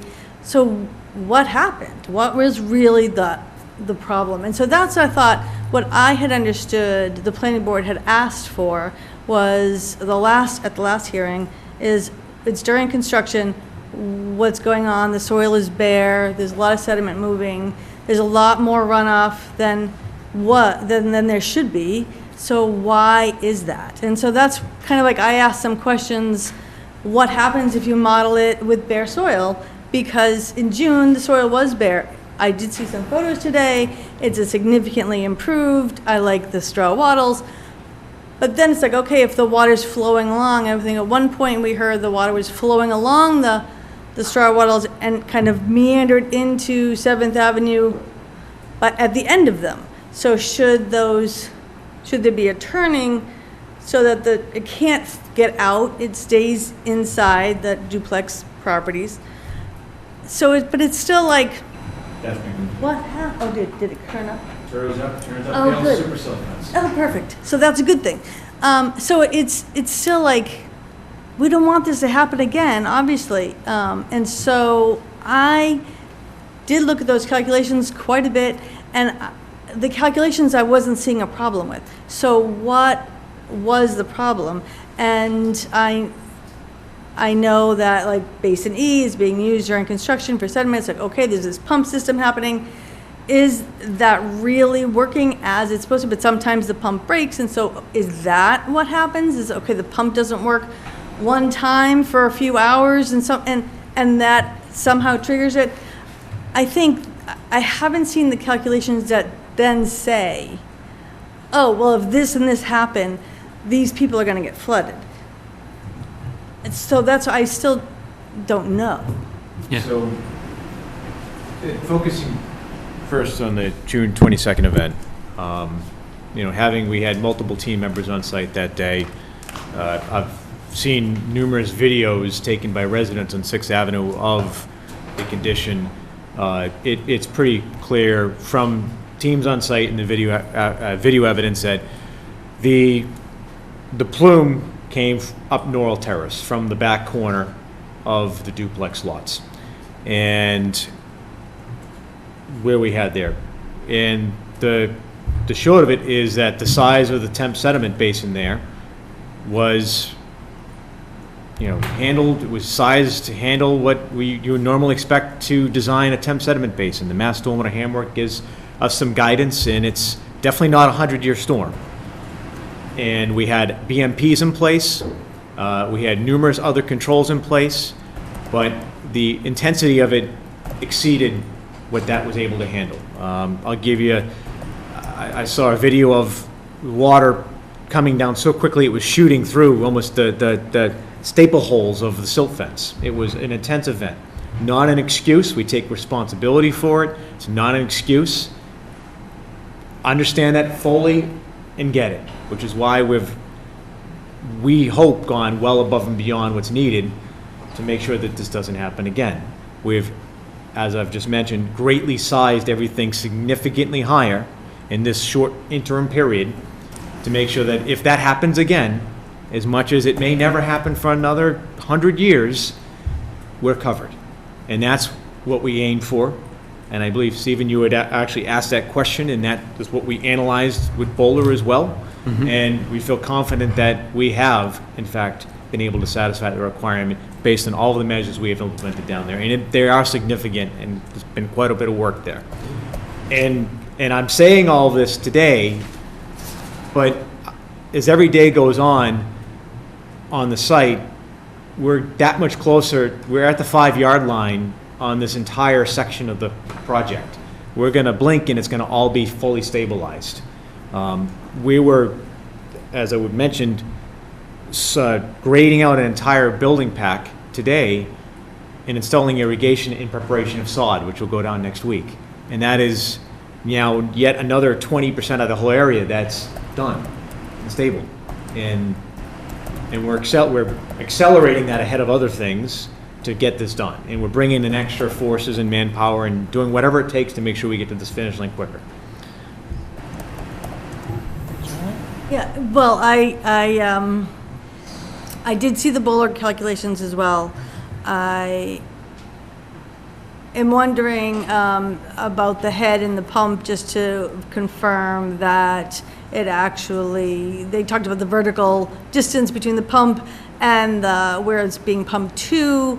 That is part of how the pump is sized, and the size of the pump and the length of the hose were not part of that calculation. That's not as significant amount of the head loss as the 20 feet vertical separation is, but it is part of the calculation. So I didn't see that part. I asked for it. I don't know, maybe it came today, and I just sent it later today. But, and understanding what's actually flowing into that temporary basin. Yeah, it's the areas, there's a couple of lots that are still being constructed. And the rest of the lots have a lot more soil on them, but is any of, and Karen, I was talking to Karen about this, any of these other lots that are, I guess, to the southeast of the basin able to flow into that basin? No, so. And what happens to that water? It's I'll tell just. you right now, so down along Well, the stretch. maybe tell the board. We need to know. I know, Need something we can see. Yeah. What type of graphics do we need? I mean, everyone has the Stantec and the bowler stuff in your packets today. This, I apologize, this one diagram here. That's in your hard materials that are on Down your. along, yeah. Okay. That's in with his bowl. Yeah, it's in the bowler stuff. The second page. Oh, God, I should have brought my glasses. Dave, do you want one of those? Oh, thank you. You got it. We can, I mean, if you think it'll be helpful, we can put it up on the wall. I think it'd be helpful. I'd like to see that. It'd be helpful for people who don't have this. Yeah. Can we get it up on the wall? Shari's gonna try. Oh, can you do that? Here we go, starting already.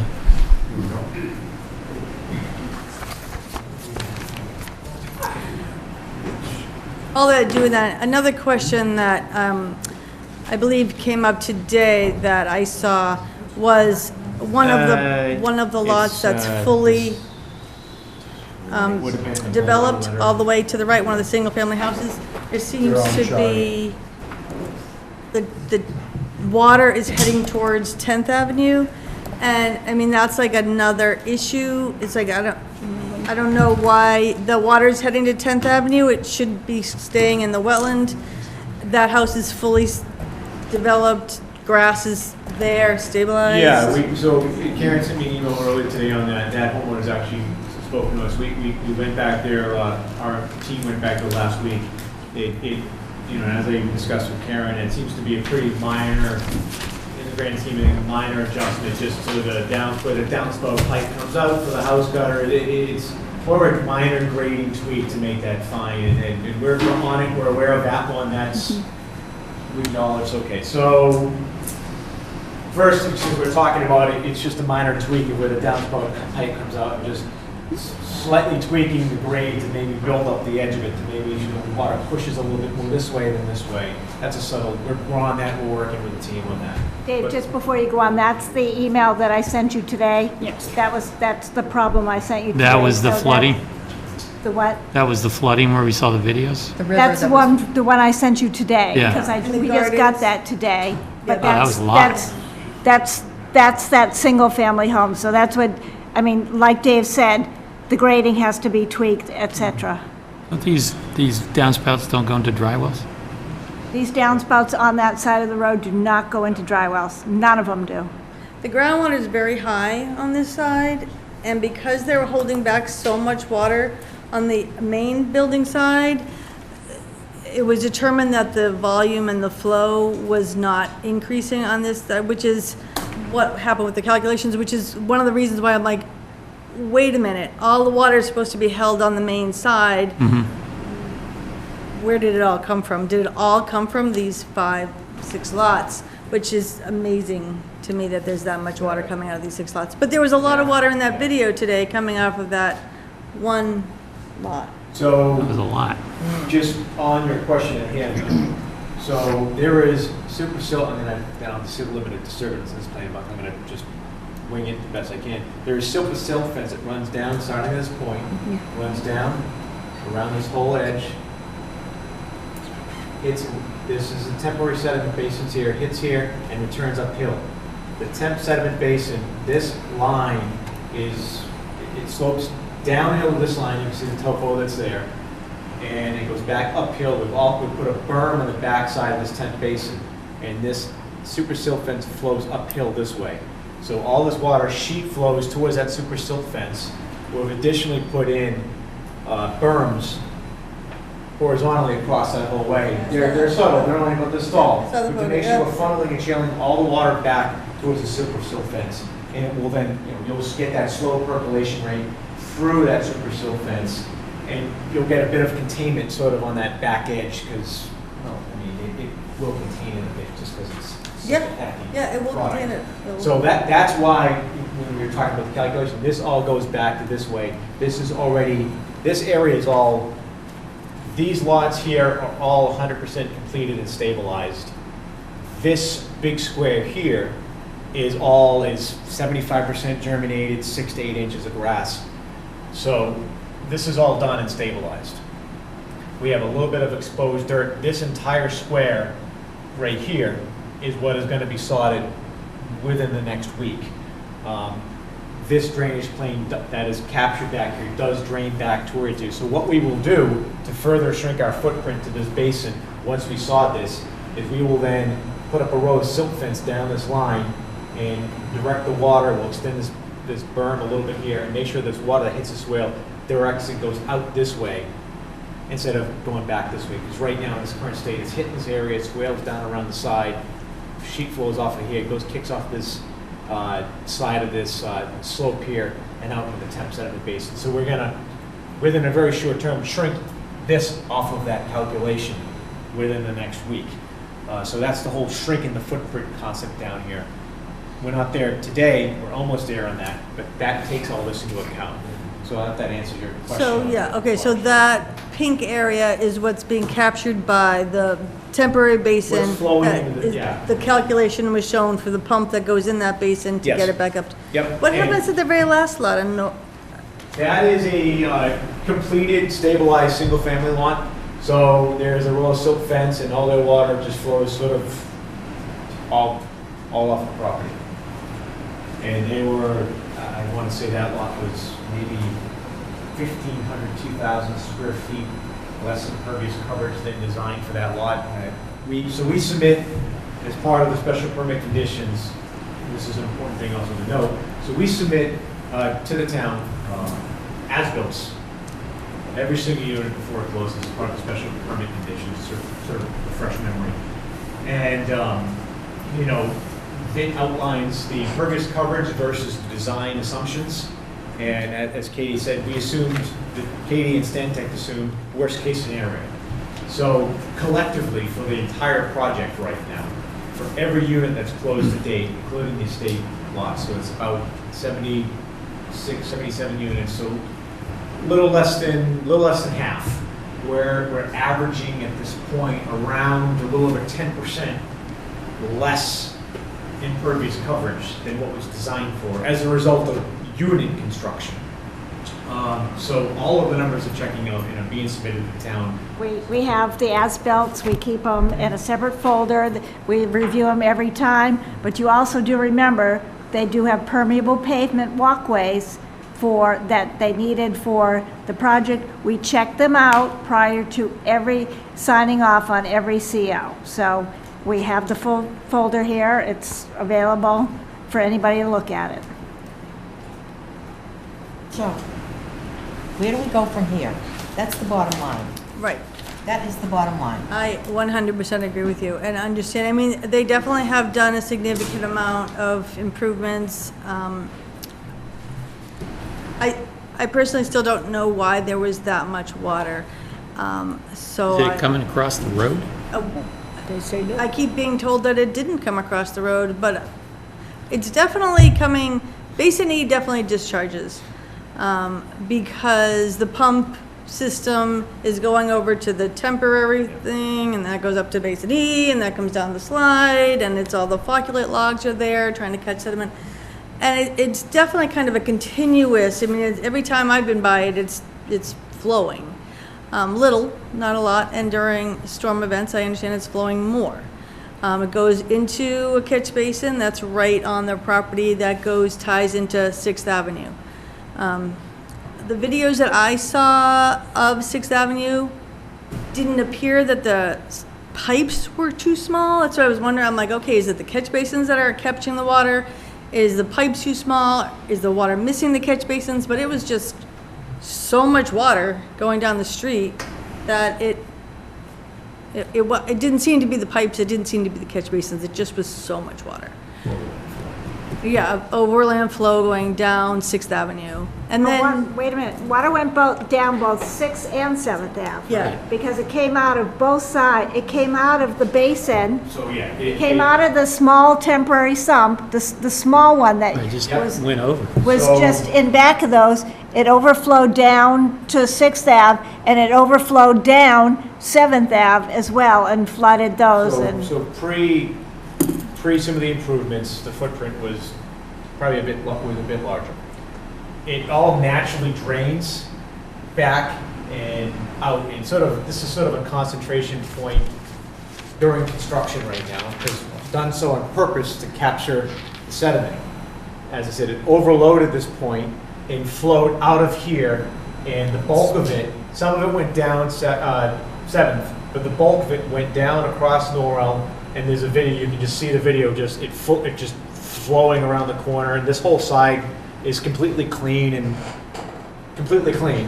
it's just coming all right from here, and that was the bulk of the flow went this way, but yeah, as Karen said, some of it did go in this direction during construction, but with everything we've implemented, increase in size, all the additional BMPs, we do not see that as an issue. We run the numbers, we should be covered even in that extreme event, if it were to happen again tomorrow, which we've got, SLT crew member, and I hope that It's better not.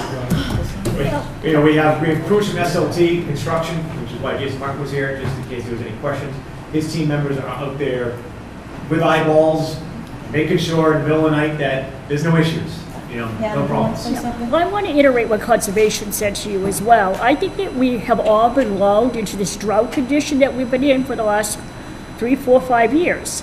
It always rains a lot. We just had a lot of concentrated rain. So I think if you were in an engineering class, this could be like the case, like the worst case scenario is what happens. We didn't put enough stuff up because I really think it was a false sense of security. I think a lot of what happened there.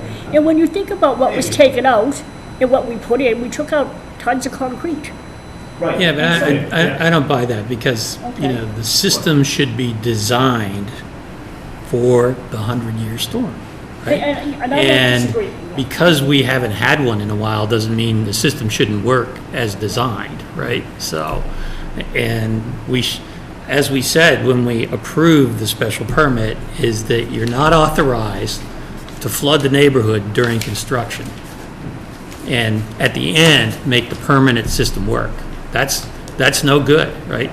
And that's actually the worst case, and we're in the situation we are, and we face this a lot of times because people don't recognize through construction that they have to manage this, right? And we even had this conversation on July 8th, and excuse my skepticism, but on July 9th, I was out there and things were, again, overflowing, right? Even though we were assured that, things had been done. So I'm not buying that, just because it's been a rainy year, that this is extraordinary circumstances. This is not extraordinary circumstances. I don't think we've hit a 100-year storm volume in any day that we've had rain here.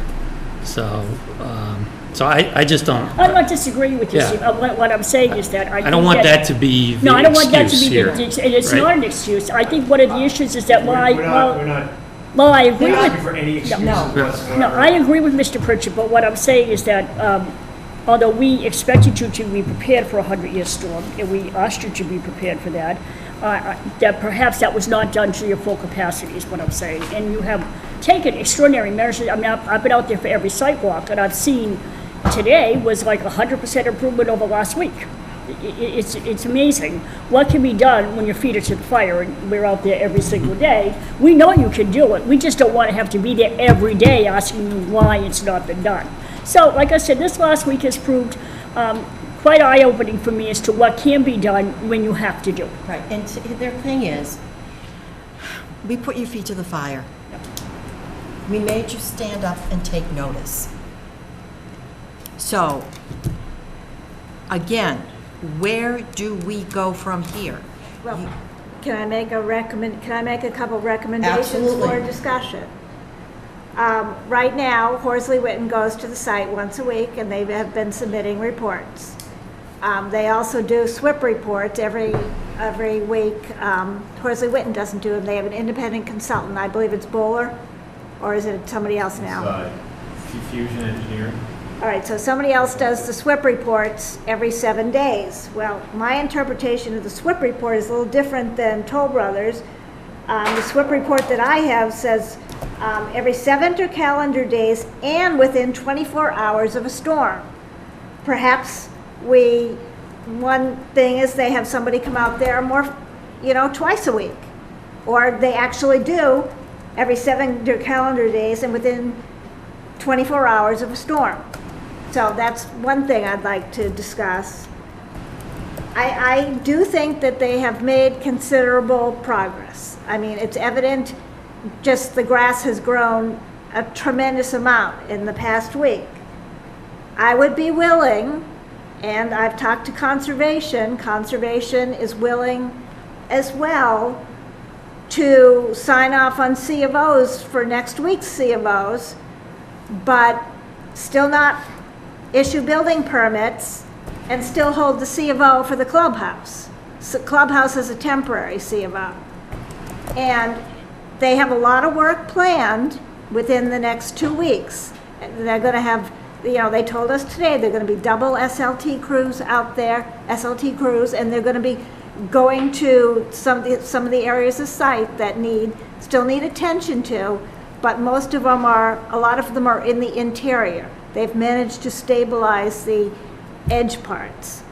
I'd be willing to let them have the C of Os, but I don't know how the board feels about that. I mean, a lot of work. They've come a long way, and that this long way has to be maintained. Yes. That's why maybe having more frequent SWIP inspections. And I understand that these measures that you've undertaken are theoretically temporary, and that at some point you'll take them down. And frankly, I'd like to see them last almost through the fall. You just never know what's going to happen. We are in, whether you want to call it climate change or whatever. We've already had one named storm hit us, that was Elsa, and there will be more. So I think that if you've already put your silt socks and everything else in place, leave them. Leave them for now. So I have absolutely no intention of pulling out any of this. And this would work with Karen and Amy on timing. So just focusing on this side of the street. And like I said, we're making this accelerated push to get instant stabilization back here. So we're going to hit a point where we will have rain for early September. But once we get to the point where this is all sodded, maybe give or take whatever the agreed upon time for it to say is rooted and done. But we'll have a point where every single inch of water that leads into this temp sump, which is meant to control sediment leaving the site, is 100% stabilized. There will get to that point. At that point, we would coordinate carefully with Karen, with Conservation, make sure everyone's on the same page, that we would then fill this in with clean sand fill, and we'd disassemble the pump setup. And of course, BMPs would go back up and would sod over the top of this whole area. But we would not take this down until we all agree that we're fully stabilized and we're all on the same page. That it's good, and it's done, and it's ready to be taken down. So whether that's a month from now or 3 months from now, we will all agree on that. We're not gonna run to do anything on our own, absolutely not. So that would be the strategy over here. And, you know, that kind of process of taking these down, we've always sought the input of Karen and Amy on almost all of those situations. And there might be one or two that happen. So, We won't talk about that. Okay, Ben, do you have anything? No, not really. Ben, you all set? I just have one sort of follow-up on that, and this is, I guess, based on Janet's recommendation to evaluate how we got to the situation. I think I hear you saying that you think we still should do that. Well, I guess I would feel a little better about it. I was looking at Bowler's calculations just now and thinking about their summary and their flow going into that basin, and with the volume of the basin is holding and needs to hold, and it's like, okay, if you take that number and you multiply by a couple of more lots, and it's all bare soil and it doesn't have a basin to go into, it's like 1.4 acre feet of water that left the site. So that's a lot of water. And that does kind of, I just did it in my head, so I don't know how exact that math was, but so I am curious if that kind of was the problem. There really was no stabilization that was holding back that water.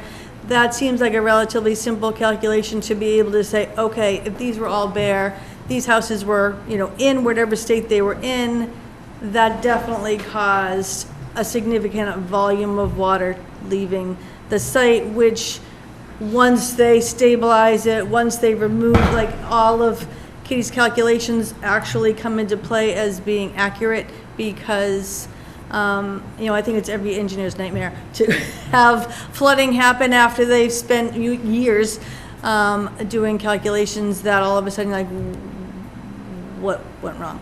So, because I do feel like I looked at those calculations, I feel good about the calculations. We talked a lot about swales and pumps, and so I am just a little like, still, okay, is that the volume that left, and does that make sense? well, the volume that you calculated is indicative of the severe amount of water you see in the video clips. But the only challenge in what you're asking, I think I understand what you're asking, is it's a bit like forensic science. We've done so much work since then. I don't have micro topography of what was there 4 weeks ago to then go back and into a model. So for me, to be quite candid, I think the more important question is, which I think we've already done and we've shown, is what are we doing to make sure this doesn't happen again? And let's show the numbers, which we've done the analysis of the watershed, of the flow, of the CN values of the unstabilized soil, and also what measures are we taking now to shrink that footprint every day to make sure this doesn't happen again. To go back in time and I don't think we have all that data to really say, we don't have a micro table. We've changed it so much, and we've made such a progress, as you both have seen, it would be challenging to really to do that, I guess, because obviously we've dug that basin significantly bigger. We've changed topography, we've finished lots, we've sodded lots in the last 3 weeks, so it's kind of doesn't exist anymore. That's the only, would be the only rub in that way. I'm just trying to go, that's the only challenge. One of the things that I have seen in Janet's report, and I think that this is somewhat important, you filled this whole, it's been filled. Yep. And as she's pointed out, during construction, numerous truckloads of fill were brought onto the site. This fill material was observed to have significant amount of fines, which I understand. Yeah. And this has caused a lot of dust, and you've been fined for dust. I'm hoping Danny could clarify that when you say fill, because this, the native site, the native soil here is enormous, has enormous amounts of finite native. Yes. What's there now. Yes. What's there now and is planned to be used and all calculations All the based off of. calculations, right. Everything that's been, all the imported fill, which is significant, and SLT can attest to this here, has been sand. Predominantly from their pit and carver, or project site of Tolls in Pine Hills, Plymouth. So I would suggest that the fine content is definitely going to be significantly less than what's there now, and I know the soil is very well draining that we imported. Now, that's not to say that What was there isn't. you know, what's there is, but what's there is not great, to say the least. So that has been used, because it's there and was planned to be used, and, you know, was calculated as such by Katie, and there were numerous reviews of the existing soil, but nothing has been imported that would be, I would say, in any way worse than what was there. I would say so much that predominantly, if not all, but predominantly what was imported was definitely better than what the native soil is, the site. Would you identify yourself? Jason Martin from SLT Construction. So the imported fill that we brought in, the fill that we brought in predominantly is under paved areas at this point and under building footings. So the in situ material was very silty activity.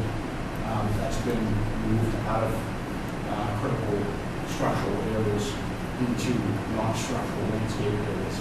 So the silt that you're seeing now is because the in situ material has been pushed to the outside of the landscape areas.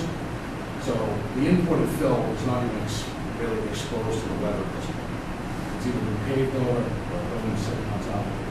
The material we brought in was actually free draining enough quality to be used in the bottom of the infiltration basins.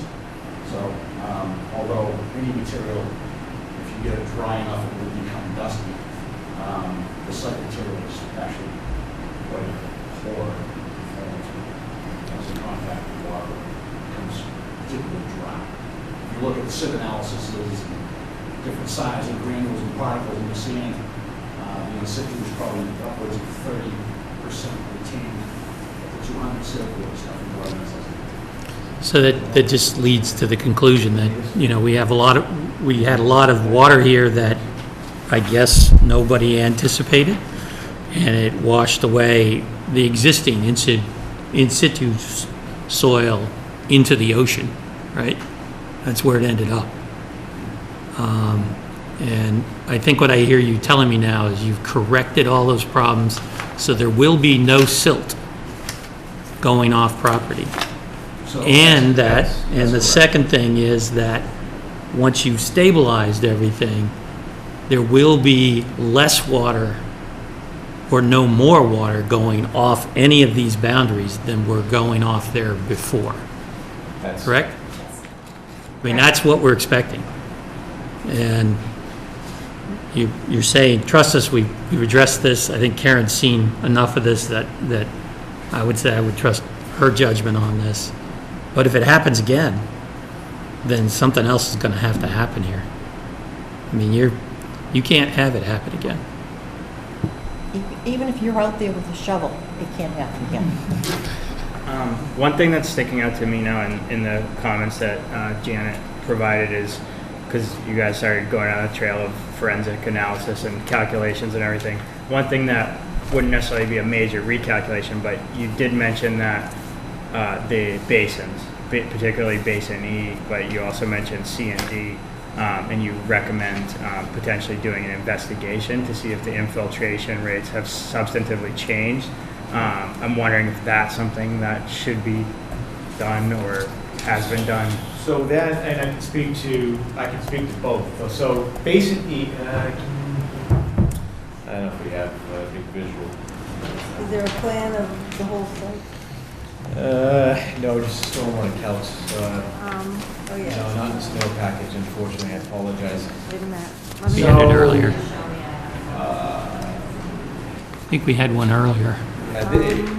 This is not the full site, though. Sorry, in this material, isn't in the material that I sent the board, I sent your board the attachment. Okay, I can talk that one real quick. Or can you use one of the markups that you gave me before? It's all in that meeting material stuff. No. That's not it. Let's go back to.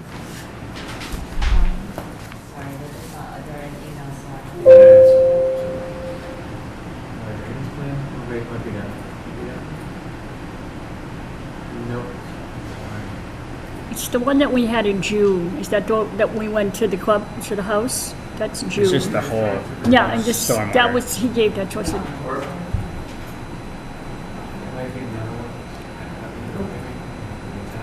That's it, yeah. Yep, that's it.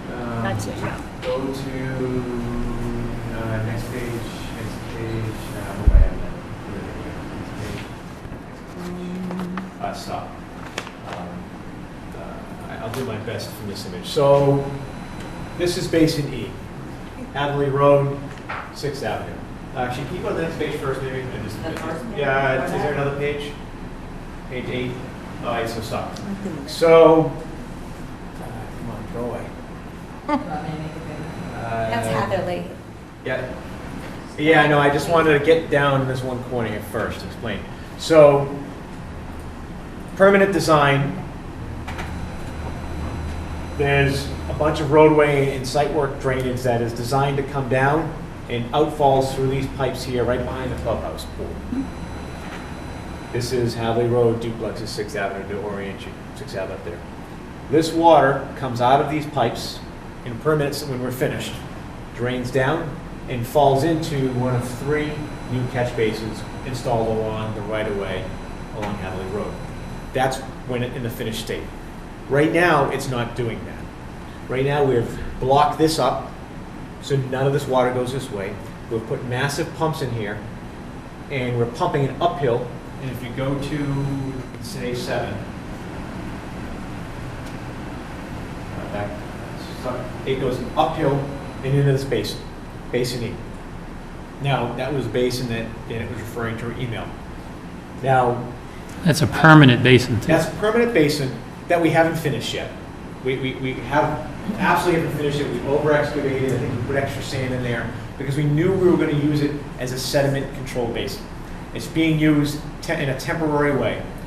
When we're done, we have to come in here and remove probably a foot or 2 feet, whatever it is, for the muck soil. We have to remove a good foot of soil out of that bottom of that before we put in the topping mix and renovate it. It'll be all reviewed with Worsley and Witten, and Stantec will be involved, and Karen, of course, will be involved as well in this process to get this to a permanent state basin, which it's not right now. What's happened after we pump the water uphill, and mind you, we're taking water that's designed to go straight and removing it up here. Water that's supposed to go here also goes here too. So this gets a lot more water during construction than it should. Now, what happens to it from there? Some of it just percolates down in the soil. We have installed a temporary overflow device, which we can turn on and off and control and throttle. That goes out into a long plastic lined swale. If you go back to page 8, please, sorry. And that plastic lined swale ends right here. So keep in mind the water is supposed to, the watershed, the permanent design, is supposed to have all this water go this way, and we release it slowly back at the same point. So it would go this way, and it still comes this way and goes this way during construction. So the flow is the same, so instead of going from A to C directly, it goes from A to B to C. In this long pathway, and we have it set up this way, so it goes down a treatment swale. It's flock logs, jute mesh. It is designed to filter out all the fines, and it runs all day usually, and it slowly leaks the water back out. It would go this way anyways. It would always go this way, even during construction. It's going to go this way in a permanent state. So we're not changing the drainage, the peak or the volume going down this area. Actually, phrase that, we're not changing the volume, but we're actually probably reducing the peak because instead of going directly this way, it's going up into a basin, being held for a time period, and then slowly coming out. So it's actually a little bit better during construction from that standpoint. And it's only being done temporarily during construction to control the sediment, which there is a significant amount up in that basin, which we know we have to come in and clean up. No, that's E. Can I ask a question? Absolutely. Yeah. So E, you're saying also is taking what's supposed to go to E as well as this pump system. So yes. if it's, and every time I've also looked at E, it's full of water or halfway full of water, there's a significant amount. So isn't the capacity of E can't then handle the water that's supposed to go to it because it has reduced capacity because it's full of water and it's doubles going to it. And it's silted. And it's silted. A, you do get infiltration through it, yes. But B, the overflow out of it is going through a treatment tool. We're controlling the flow Right, out but of it. the capacity of E has to be reduced because you have two different areas coming to it.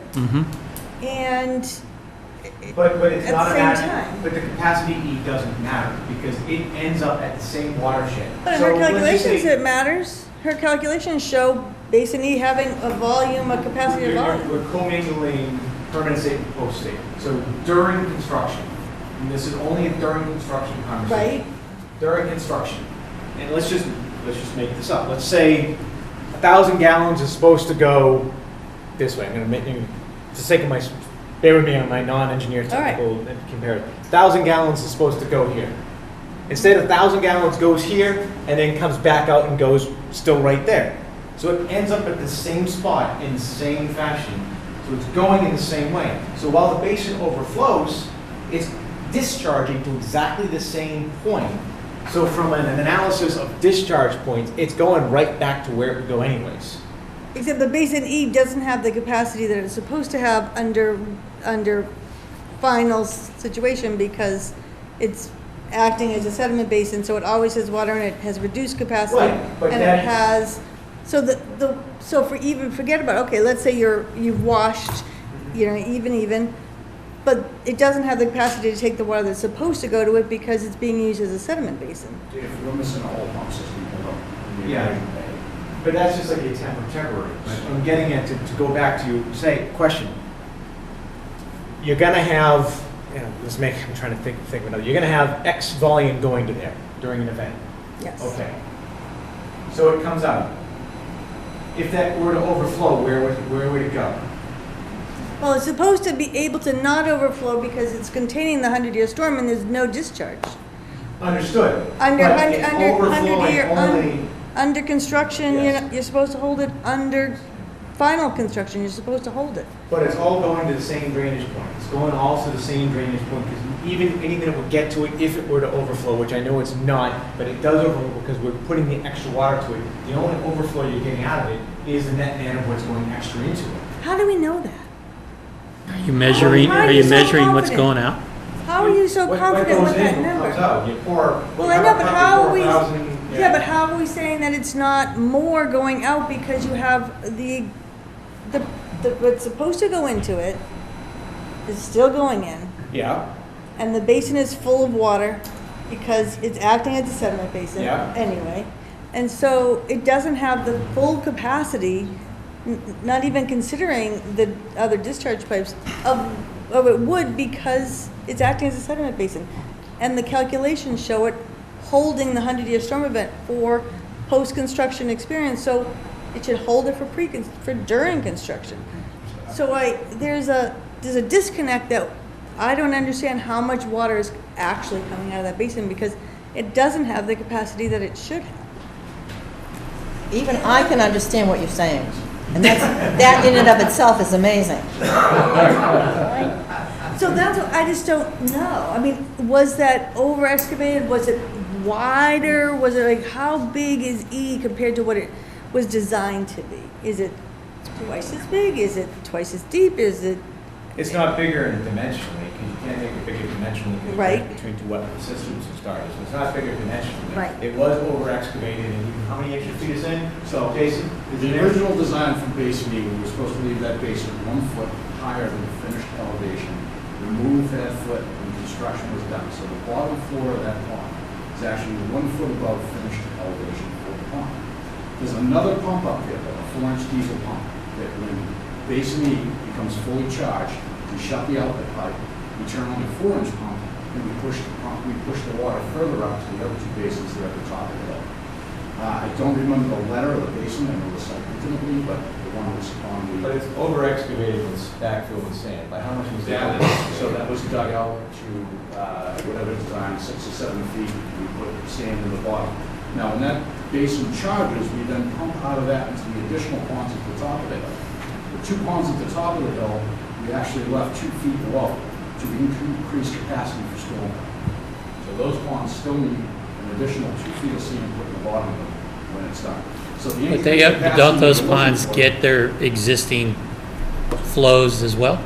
Right now, drainage is substantially complete on site. So they're getting their All design drainage flows. basins are designed for taking It's all the moving designed water. That's the why we problem uphill. left those basins 2 feet below finished elevation to increase capacity for stormwater from unstabilized buildings. And what happens when those overflow? So, Is that diligence piped down is to the the same issue spot? You've got to stay on the pumping. You've got to, when that basin E fills up and you've got siltated water to the outlet, you have to shut that outlet on and turn the 4-inch pumps on and push it further up the hill. That gives it a lot more acreage to absorb all of this siltated water, let it settle out, and then we reverse the process. We run all the water back down the hill through the filtration system, and it goes up.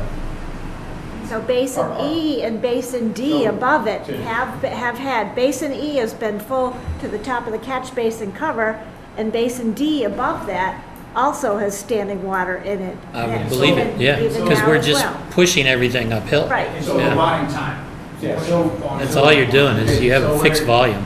So the key though is we're controlling the sediment in the site. That's our number one goal. We're controlling the sediment in the site through our systems. We understand, recognize that we have to finish Basin E. If it's not finished, we're gonna have to come back in there and do it. Basin D and sorry, I'm blanking the other one.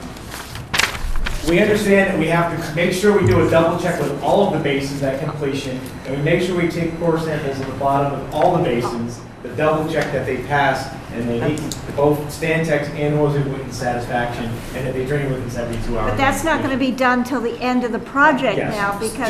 just to make sure, exactly. Yeah, there's no point of doing it, and then if silt gets in there for whatever reason, it mucks it up.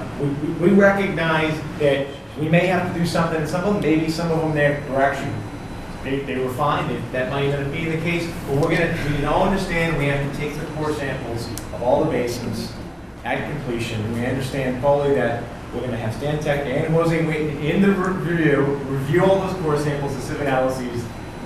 I'm sure we will, at some point, go out there with a stopwatch and make sure 72 hours Right. is complied with. Why did we end up with silty water flowing onto Tilden Road? How did that happen? Oh, I know. Basin D probably overflowed. No. No, it wasn't that. Go back to, go to maybe 3 or 4. I can't believe I know that. Sorry. 3 or 4 possibly. Oh, I'm Oh, sorry. I'm sorry. She's a la la land. I know, I was meaning. She was doing other things. Sorry. I'm sorry, what page? 3 or 4? I'm just guessing what page it might be. Public comment? Next page. Next page. I'm not a good lip reader, I'm sorry. That's 4. Maybe 3. All right, perfect. So, what ended up happening, and what has been corrected, and I walked this morning as well, is we were getting this water's designed to come out of here, go down the back of these yards, and believe it or not, go in front of the basin, into a catch basin here, and out the site, through, down and out. What was happening is we're getting a bit of a this swale here is poorly defined. Needs a little bit of work to define the height of it. We were getting silted water that came down this way and was bleeding out through the grass in this way and out onto the sidewalk and onto the street. That, over there, what we've since done is in a temporary fashion, just for right now to control the silt, and mind you, this all still feeds in the same direction, is we've let it into Basin A temporarily. We've had a treatment still installed there, so what goes into it is clean. We've put check dams along the way of silt fence check dams, super silt along this edge here, super silt along the edge there, to make sure it doesn't jump the curb and go down this way. What we do have to do is we have to get in there and we have to verify that this swale is defined as it should be. It's there, but it's sort of loosely defined. I mean, if you recall on this side, and you've been to the site, this side's got a bit more of a hump before it goes down into the site. We might have to, and I don't know if it's dig down to get the depression or hump up to get more of the upside of the swale, but we have to define that swale better. Temporarily, it's going this way to make sure we're controlling, we're cleaning the silt, and we're controlling the flow. All right. We have been talking about this for over an hour, and I think we've reached the point of Saturation. saturation. No pun intended. You had to go there, didn't you? Yes, Huge absolutely. major. You had to go there. You could have said I watered down the issue. Yeah, so, a couple of things. One, the board and Karen want to clarify what other things you want to be worked on pending tonight. We're going to be back in 2 weeks. That's right. Okay, one. Two, the other thing I'd say is this occupancy permit thing is a big deal. And the reason it's a big deal is this is not related to what the issue is. And I understand if there isn't significant progress 2 weeks from now, but people have been waiting 8 months to move into this. And let's finish, if I could. And if the goal is obviously to have the project done, because I think that building permits and occupancy permits should be issued. If there's another event or something I agree on, I agree we'll look at these things, but those are punitive measures, and I don't think they're appropriate.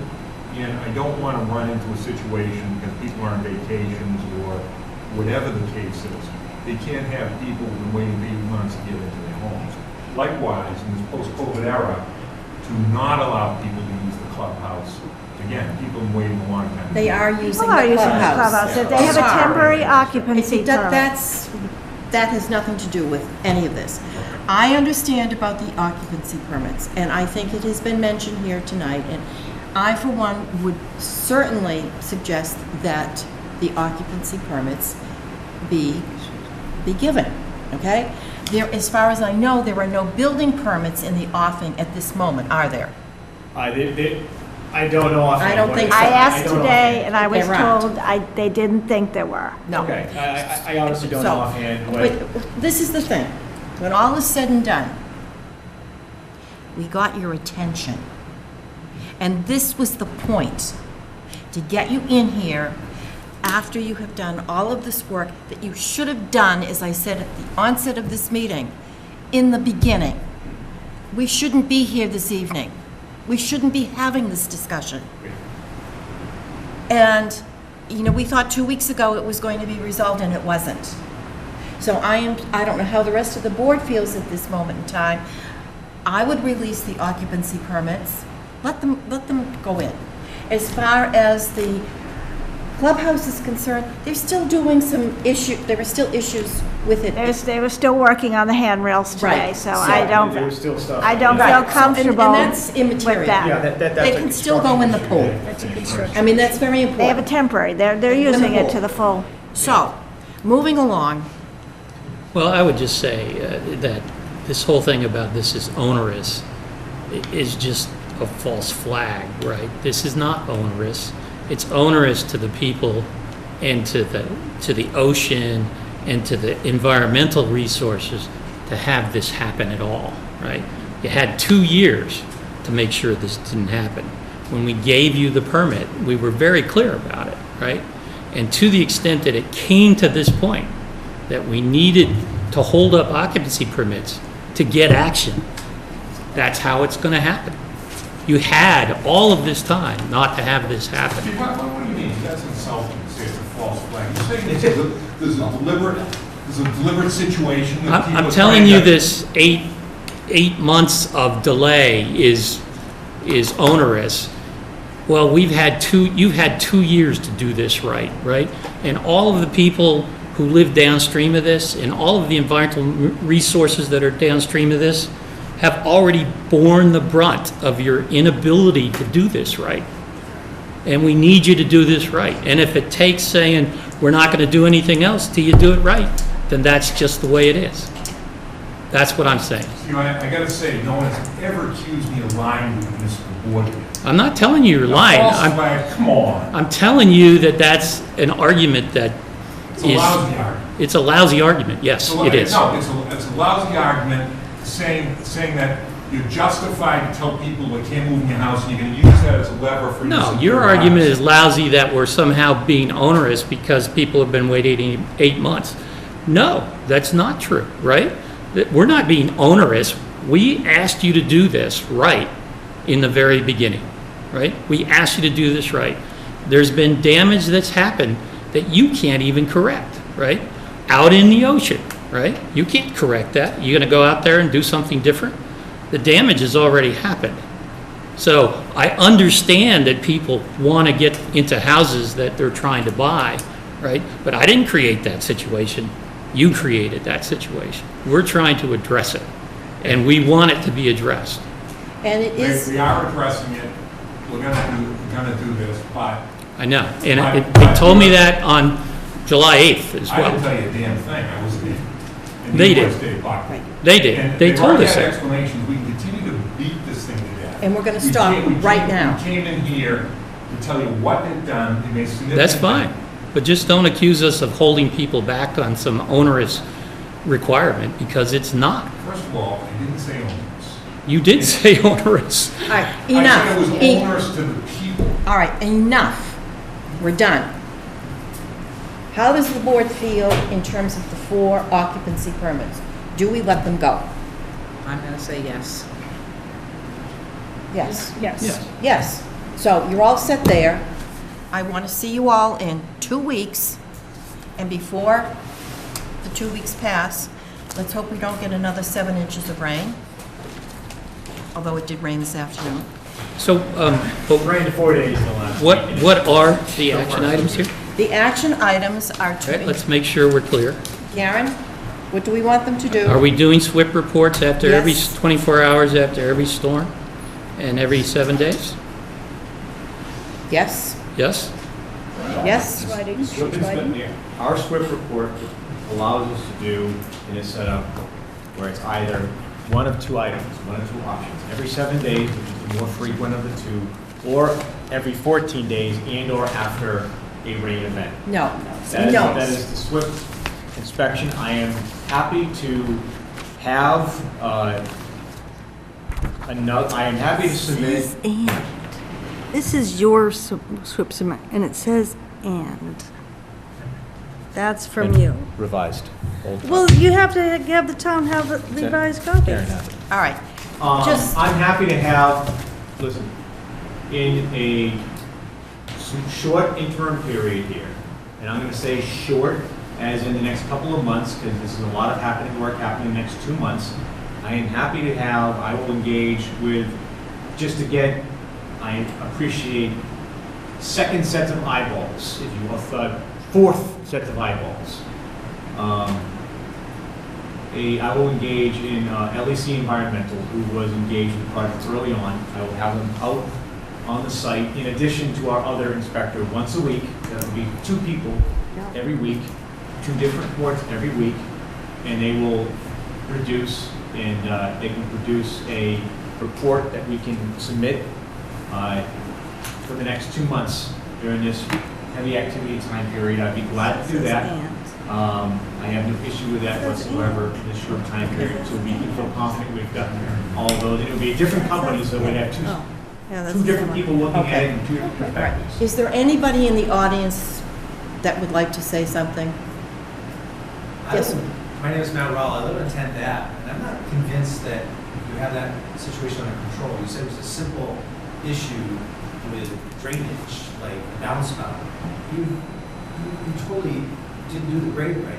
So I don't have confidence that you're gonna fix the problem, because you should have done it right the first time. And you need pipe in that ground. You don't need to change the grass in the right way or plant some grass. You flooded 5 properties that haven't seen rain in 30 years since I've lived there.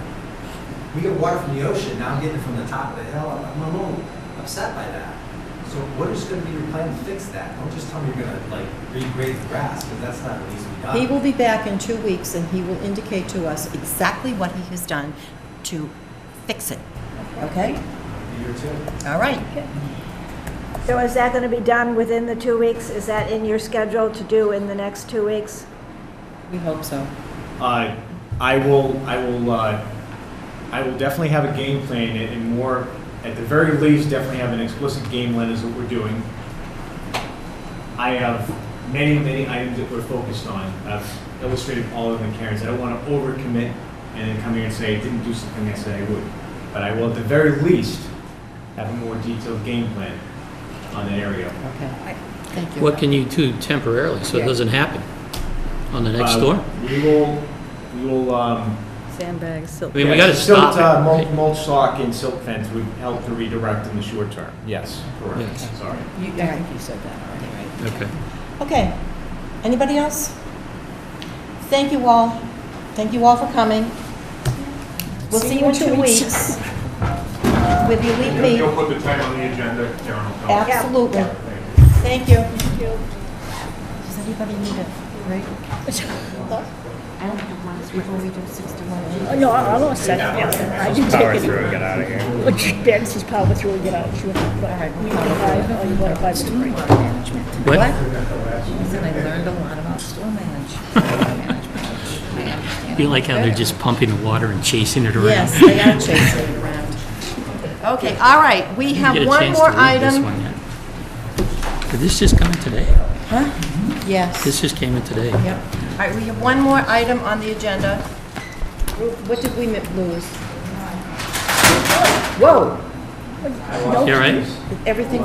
keys. Keys.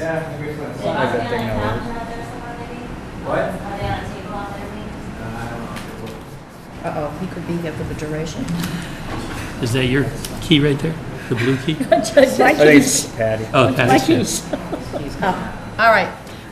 We now have a discussion vote recommendation Yes, on 61A parcel 6-1-30 Border Street, Lions Head Trust. All right, Karen. So we received a letter, which I sent you all. I sent you all the revised letter, asking the selectmen, this land is in a 61A, and so when a 61A piece of land is being sold, the town has right of first refusal because there's been tax advantages that the property's gotten for years on this. And so the planning board has to make a recommendation to the Board of Selectmen on whether they want the selectmen to buy the land or that they agree to, not have the town buy and go with a waiver. Can we just get clear? I could not picture where this piece of land is. So It's is this- where, Is it between that little rotary and the? No. No? it's the Bleaky property and it's the field on the far side. It's, how we came in, we did the Form A for the Gulf River side. It's on the land opposite that. So it's on Border Street, Steve. So if you're driving to Cohasset, Yeah. It's on the right. it's on the right-hand side. That field? Yes, field. that's the field. Yeah. Oh, okay. That's the field. It didn't seem like the address sort of matched Well, up. That's what I was trying to means figure out. nothing. It's across the street from what, 61? It's Border across Street? from the Oh, it's farmhouse and across the everything street that's from over there, yeah. 143, from the farmhouse with Beautiful piece of the property. with the big barn. This is across the street from the driveway. Yes. All right, I will then open this up for discussion from the board. I mean, how do you feel about this piece of property? It's somewhat iconic. It's been like this forever. They hay it periodically. I mean, people drive, it's pastoral. It's what we should be. All right? Yeah, the question is, what's going to what happens is it all gets subdivided, right? 6 big houses. I'm not sure that's... They haven't come in for the Form As, but they've perked it, and we understand it's potentially 6 houses. 6 houses. So, How much, how far back does it go? It goes fairly far back. Is this representative of how far it goes? Yeah. This white line? Yes. Yeah. Yeah. And then, Here you go. I don't know if this is helpful. Do you want to see like It's the other side, right? It's 3. not the yellow Yes, it's that side, it's number 3. It's that one right there, right? Number 3. number 3. Yeah. You need to get that out of there. She's trying. Thanks. do Okay. you want it to look like with trees or something? No, that's good. All right, 4G is owned privately. The rest of it to the right of 4G Hubble is property. the Hubble property, which is in conservation at this moment in time. So that backs up to Indian Trail, yeah. Yes. Okay. So 3 is, Yes. how many acres? 17? 17.4, I think. Right. And they have come into CPC, made a brief presentation. CPC's taken it under advisement, and they have to come back later on. I understand that there has been or will be a GoFundMe page. They are trying to get as many people as possible to make donations, and they've already raised, I think, $125,000 toward this. They're looking for $1 million from CPC, and they're hoping to come up with the rest of it somehow, some way. 2.35 is what the price is. And the town has right of first refusal? Yes. Town is right of first refusal. And Well, you I have think to we make should a try. recommendation. Thank you. I think we should try. I strongly suggest the town That's do a not beautiful waive piece. the right It's- to purchase and let the Yes. town decide at town I meeting. agree with you. Right, I think so. I mean, I think we have to figure out a way to save this piece of property. I know the Christiansens who bought the property opposite are building a house. They went before conservation on Monday night. They're putting in this huge house. Which property? That would be where the blue balloon is. They That bought property? that, yes. Yeah.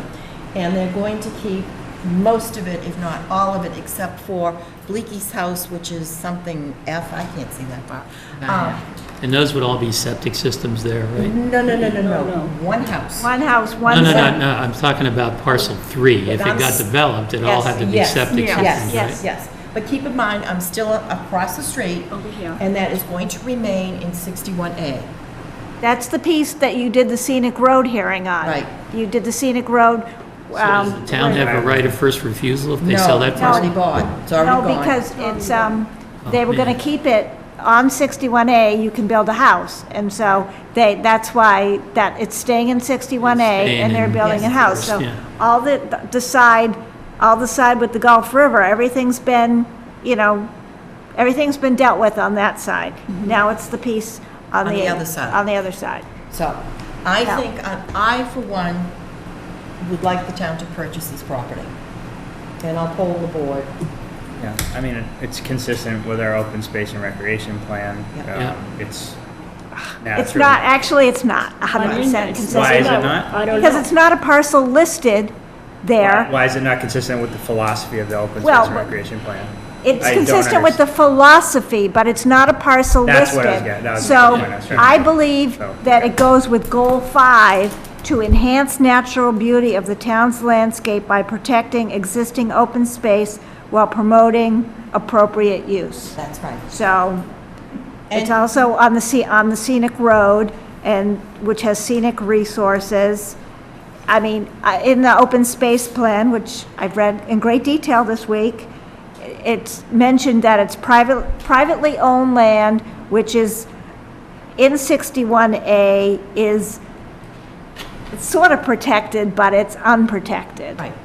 And Well, if it's sold and it sort would of be. taken out of 61A, then it's not protected, right? Right. And Yeah. the other thing is, the town has purchased 400 acres west of 3A. And we're in the process of purchasing McDonald's. the McDonald's property opposite the Mill Wharf, and we're in the process of the Mordecai Lincoln property. One of the really, really nice things about this particular item on Border Street is that you can see it. That when you drive by, there it is. And you can't, unless you're walking through the woods, you're not aware that you're on 400 acres of trees. This you see, and plans could be made to have it hay and all the rest of it. So do I have a motion? Up to you. Well, I just would like to, I wrote two motions. I wrote the very simple motion, waiver, not waiver. Yep. Or I wrote a second motion to not waiver for reasons that I elaborated, and so. Can we? I'm going to pass them out. I'm going to pass them out. Oh, okay. Sorry. One of the other reasons that your 2020 master plan has a goal to maintain Scituate's legacy of distinct rural beauty, essential recreation land, and vital biological diversity through acquisition, public awareness, and improved management of protected and unprotected open space. And as identified in the 2020 master plan, this action would strengthen the town's environmental resiliency. The cost is reasonable to its impact, and the town likely has sufficient resources of money and support from its residents to take this action. That's taken from the back part where it says identify your action items. Is it reasonable to take this action? So I will.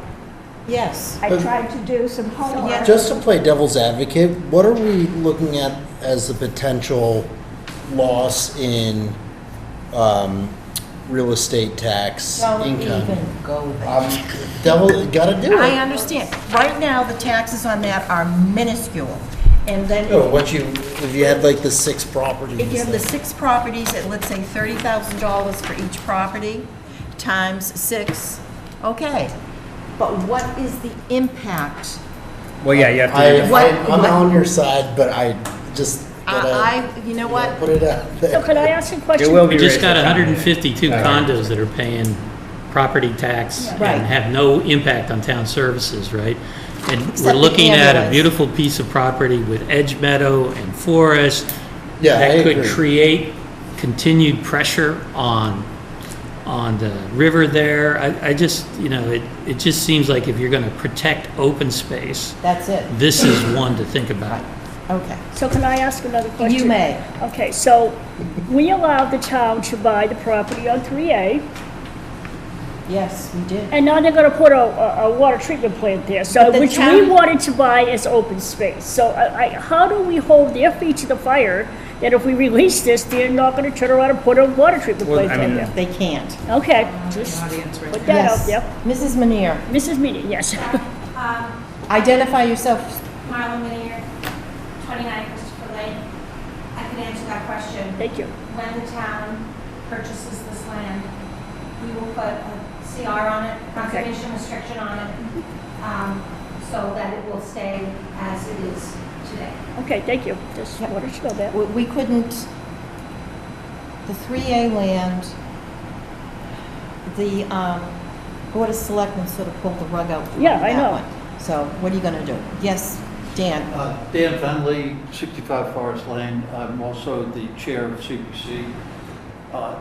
Two things, in kind of both sides of the coin, if you will.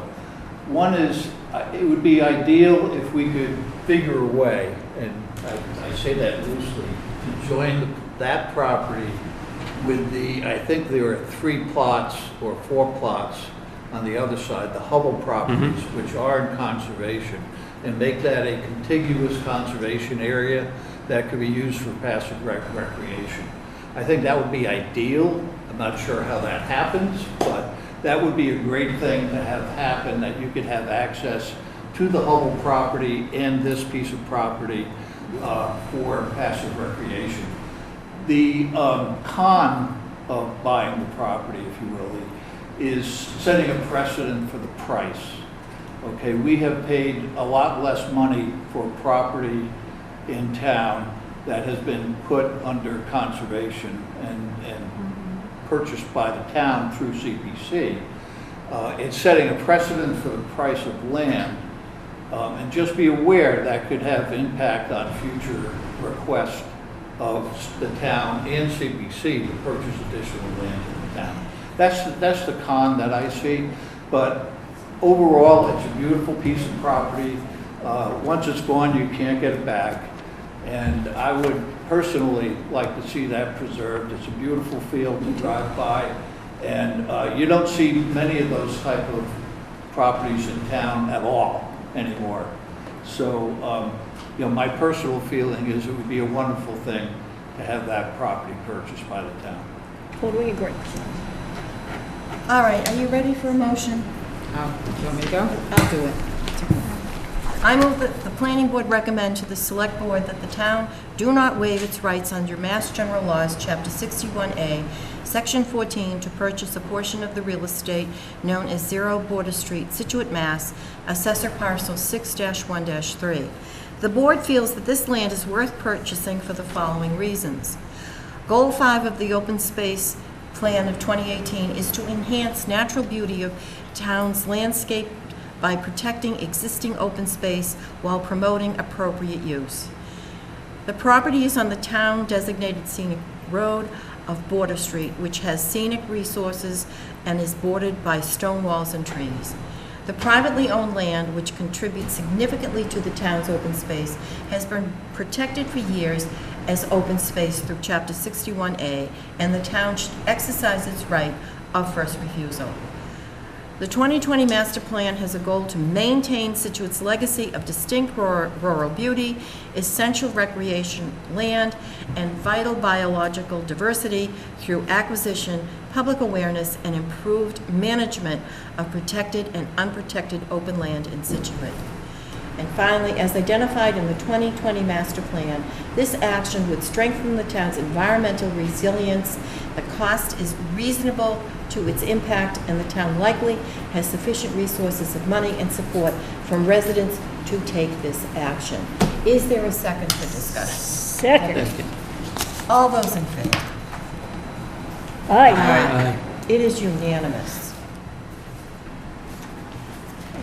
Just as an aside, Dan, I will tell you that the Mordecai Lincoln property, in terms of the 5 acres for $900,000, is going for, you know, a good piece, over $100,000 an acre. So, you know, the precedent is there. Yes, I agree. And the concern I have is the type of properties that we purchased in the past and future properties. The intrinsic value of the property, if you will. But keep in mind that the properties are becoming fewer and farther. Yeah, that's the problem, yeah. Nobody's making more land. Nobody's making more land. We don't make it anymore? Okay, does anybody have anything else this evening, since we seem to have just, Karen? Nothing? Burned out. He's toast. All right, I'll entertain a motion to adjourn. So moved. Second. Thank Aye. you. Good night. Night. Thank you. So, Marla,